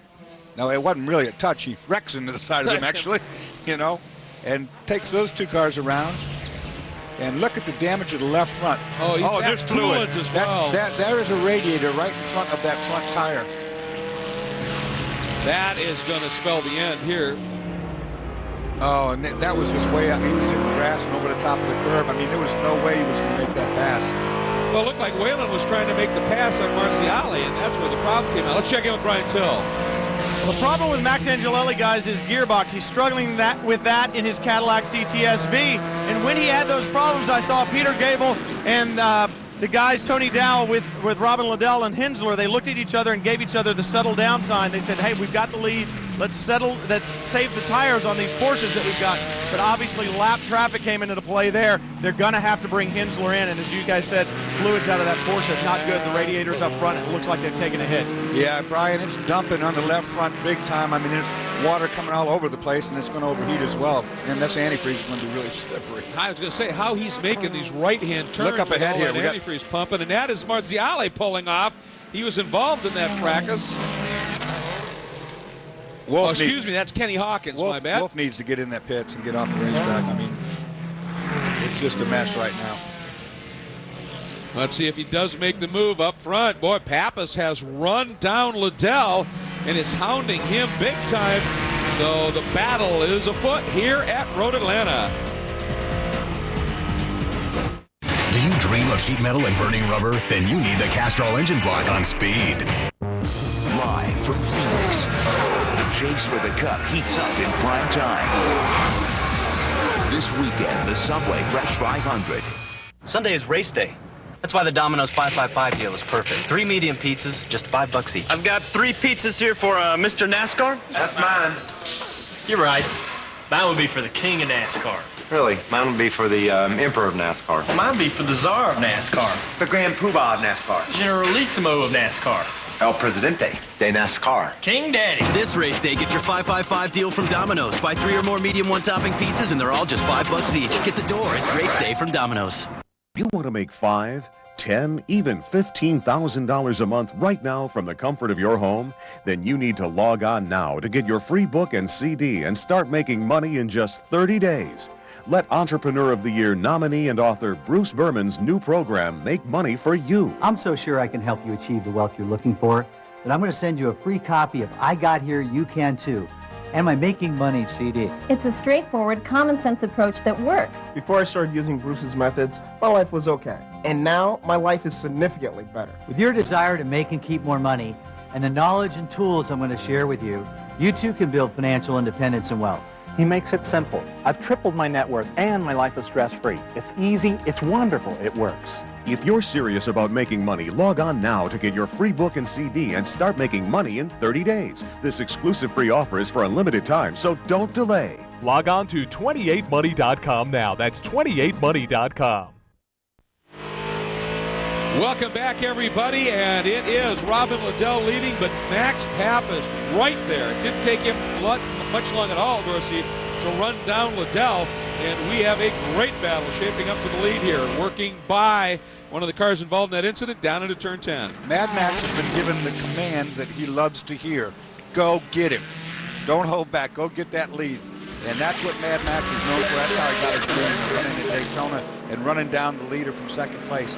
When he gets the order to go, buddy, he can pedal. That's what he's up to right now. And that's what he lives for. Let's quickly check in with Brian on Wolf Hensler. Wolf Hensler brought his number 55 Porsche onto pit road, and you can see the damage on the left front. The spoiler pushed up, and that's into that radiator that's there on the left side of that car. You see the fluids leaking out. It's done. As the car rolled to a stop, the mechanics just looked at it and did the slash across the throat and said, it's done, Wolf. You're going to have to hop out. And all because you wanted to get past that lap traffic. He knew he didn't have the horsepower. He had to keep the momentum up. Sometimes you got to make the move. Sometimes it works. Sometimes it doesn't, Dorsey. You know it. Yeah, that's it. I was just saying that, Brian, that he was he had to get by those cars and not get held up, because he was the one, of all the cars, he was the most vulnerable one to losing the momentum.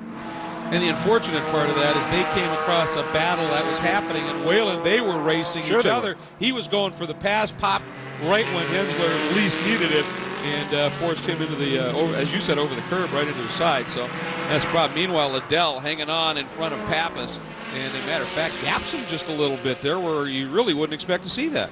Well, when you're in attack mode like Max Papis is, you can only really attack at 10/10 for so many laps in straight. 4 or 5 laps is all the car's tires will let you do that before it starts to degenerate.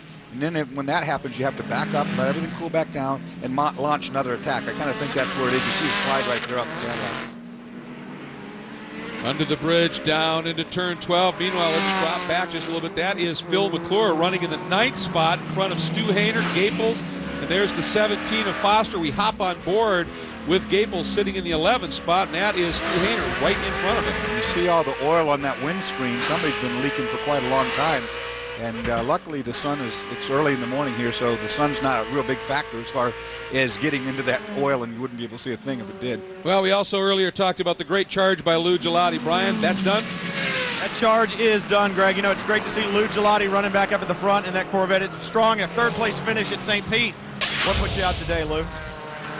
We're not sure exactly. We think it's a rear end, but I'll tell you, this Corvette was flying. We had brakes like you wouldn't believe. I mean, we love our LG Pro long tube headers. I got to get that plug in, but I'll tell you what, the car was going good. If we would have got one more yellow, we'd have had a chance at the top 5. He's definitely running well. And to his defense, guys, with that rear end problem, the oil's coming out the back. The gauges and everything are reading fine in the cars, but the competition out there saying, hey, there's fluid down on the track, and it's coming from 28. Got a crash in turn 1, Brian, as El Sayed is in the wall on driver's right. And here we go. We are looking toward the last lap coming up very quickly here. And Papis has regrouped, perhaps, as you pointed out, and he is all over Liddell. It only takes a lap or two of kind of coasting the corners to get the tires back in the temperature range where you can start attacking again. I think that attack is on. Good run off of this last corner on the straightaway. I think they'll take it in turn 1. He'll pop out here in a minute here. And it is white flag. Oh, boy. I wanted to go, and there's a crash here. That's why I didn't pop out. I didn't think about it. Yellow flag. The yellow flag. You can't pass there because that car's in the wall right there. And traffic in front of Liddell. You can see the white Porsche up there. That could hurt Robin Liddell. It really could, because the Porsche, like I said, if it busts its momentum, this Cadillac will pounce, and he's in position. Robin's got to go. He did go right by that. Well, Max wasted no time Oh, following and they almost got together there. Up into 5. Crucial to get out of this turn very well. Right there. 2 more corners, and they're on the launch straightaway. Max there, see if he does anything. Look at Liddell staying to the right, trying to protect, going into the right-hand 6. Papis going to go out. He's going to try and swing down and cut underneath perhaps here. Oh, and he blocks it. It takes him out. Takes it around. That was a block. I mean, Robin Liddell turned in there and just gave Max nowhere to go but through the back end. Well, Max swung out to square the corner, and Liddell exited right where Max had committed to going. That was, I mean, it was. Right? He was trying not to get past again. We've seen 2 accidents now as a result of drivers doing that. But that, you know, I don't know. I don't know what to. He's a victim, but he's not. I mean, he did his own deal. Well, I mean, in a sense, it was a smart move to exit right where you think the guy's going to go that's trying to overtake you. But sometimes you pay this price. Papis, nonetheless, damage and all. Swings underneath the bridge down into 12, and Mad Max Papis in only his 3rd start in Speed GT competition, coming by, picking up the checkered flag here in round 3, and on the heels of a darn good weekend at the IROC race. And there has got to be a very dejected Scotsman, Robin Liddell, been so fast, so close, and looked like he may be finally getting that win here. And last lap, it's Road Atlanta. That's how it goes. And here comes Tommy Archer, and a quiet 4th spot for Archer, and got promoted because of that incident. Archer did what he had to do. With the car not able to run up front, he just sat there and he picked away, and he had to hope these things to happen, like what happened to Robin Liddell. Well, take a look at what happens, but I mean, it's pretty obvious. They're going to come off a 6. Max Angelelli trying to position himself. I mean, Max Papis trying to position himself to get inside and under for the turn 7 run. Robin couldn't let that happen, and basically just cuts down in front. You know, I don't know. That looking from that angle, let's look at it this way. I think maybe we'll see it better. Max is going to try to go out wide and cut underneath. Liddell's going to block that move right here. and that's caused the Grand Cromwell. The Grand exactly. David Hobbs would say. Well, I mean, it was obvious Max had swung out wide, was going to try that move, and Liddell sensed it. He knew it was coming. I mean, he couldn't let it happen, but didn't work. Tell you what, let's you and I call it a racing incident, and we'll let them sort it out. They won't be I'm happy. sure we're going to be hearing about that. Papis will be happy, but I know Robin Liddell will not be happy. So Max Papis gets the win, and great job there. Andy Pilgrim, as a result, ends up second. A 1-2-3 sweep by the Cadillacs. And look at Robin Liddell. Papis goes by, and Liddell not happy. Behold the V-Chip! In conjunction with the TV ratings that appear at the top of each program, keeps your family watching only the shows that you find suitable. For more information, visit us on the web or call this number. The V-Chip, making the world safe for TVs, one parent at a time. There he is. The new Kawasaki Ninja ZX6R. Just try and go unnoticed. Time is running out to get a John Deere and pay nothing until April 2006. That's zero money down, 0% interest, and zero payments until April 2006. So why wait? Hurry into your local John Deere dealer today. It's a tough world out there, but we can make you and your vehicle even tougher with a Rhino Lining sprayed-on bed liner. Rhino Linings let you push your ride to the max without the wear and tear, whether it's on your truck or inside your boat. Rhino Lining's tough stuff protects everything you put it on. You know the damage drop-in liners can cause, and you don't have to take it. So go on, check out a Rhino Lining and watch how it stands up to anything you throw at it. Rhino! That way, when you're running wild, you can look Mother Nature in the face and say, hey, you want a piece of this? Call now for the location of your nearest Rhino Linings dealer. Rhino Line your boat, your trailer, your SUV, your Jeep, your truck. Heck, Rhino Line your life. This weekend on Speed. First, all drivers enter the race, but only one starts first. The difference a year makes. Here comes the world champion. Formula One qualifying live, San Marino Grand Prix. Later, from the roadsters of the 30s to today's instant classics, the Monterey Automotive Festival takes over Pebble Beach. Look at the size of that motor. And Sunday from Sebring. 2 words describe the Star Mazda Series season opener. Fast action. It all begins Saturday, 7 Eastern, 4 Pacific, only on Speed. Speed Channel's coverage of the Speed GT Championship is brought to you by Toyo Tires, driven to perform, and by Volvo, Volvo for life. And you should also play the Speed Racing Edge fantasy game for a chance to win $2,500. No entry fee required. It's that simple. Log on to speedtv.com. Do it now. And Victory Circle is going to be all black, and Brian Till, I'm guessing they ought to be hanging some brooms out there. Yeah, it's going to be a big party. I'm telling you, you see the damage to the front of the 16 car. The team will gladly repair that for a Cadillac 1-2-3. Max Angeletti third, Andy Pilgrim second, but Papis with the win. And Max, I know you went back and forth all weekend long. You did the IROC race. It looks like maybe you learned a lesson or two down at Texas Speedway. Today was a fantastic day for everyone in Team Cadillac, 1-2-3 finish. I'm really sorry for Robin Liddell, he's a great competitor. I just didn't want to win like that way. He moved in and looked like, we got contact, and unfortunately that's racing, we're going to be back. But today's a fantastic day for Cadillac, 1-2-3, very proud of all my guys in Cadillac rules. Well, and you heard Max say it, I didn't want to win that way, and we know him well, guys. He's a professional. Things happen on the racetrack sometimes. These guys go in tooth and nail from green flag to checkered. Well, and again, that was such a close call in that incident, one way or the other. We'll let it settle out. But meanwhile, let's take a look at the results. There's a sweep up front. Tommy Archer, quiet but effective fourth for points. Leighton Reese stayed with it, ended up fifth. Sofronis, a great return. McCann, McClure, Rob Foster right there at the top. Rookie is the Sunoco Hard Charger. So great job by Rob. And rounding out the top 10, Tony Gaples who we had some great onboard looks with throughout the event. Stu Hayner, one of the better runs for the GTO. That program coming along very well. Great to see that. Liddell going to be scored in 15th. And then back in the pack, Chip Herr, who knows, had that car stayed together. Even with that old engine, he was giving it a great ride. Gelati was flying, ends up 23rd in that as well. So that's where we sit at this point. Let's get back down to Victory Circle area with Brian Till. Well, Tommy Archer won the first 2 races, and I know that's where you like to be, Tommy, but a very quiet 4th for you. It collects points. It's still good for your championship run.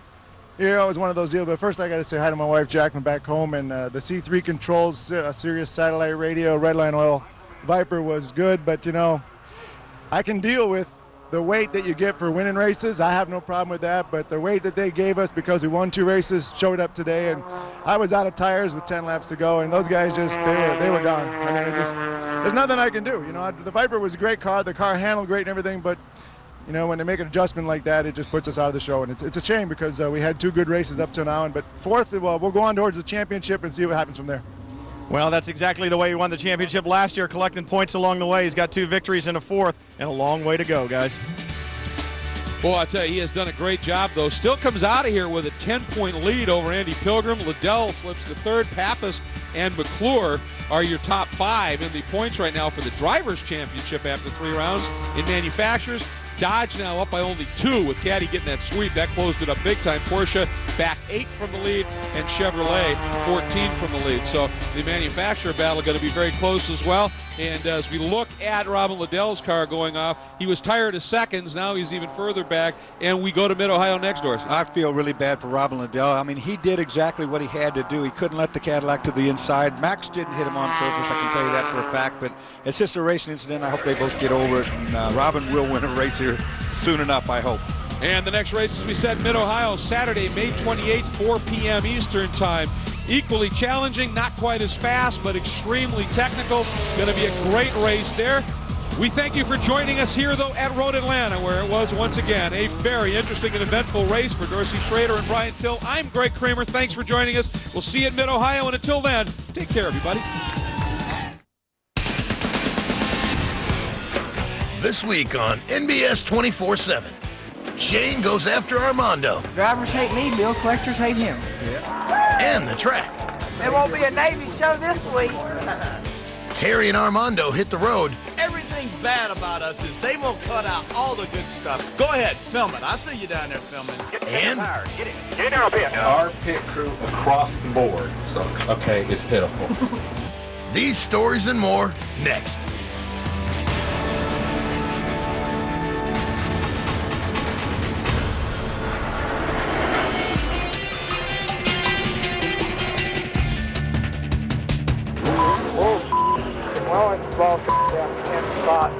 I'm saying it was my fault. We stayed out too long. We should have pitted earlier. This is ridiculous. It is absolutely ridiculous. None of that damn glue was dry, dog. When we studied it, all the lugs came off. After a weekend off, the teams were ready to roll in Texas.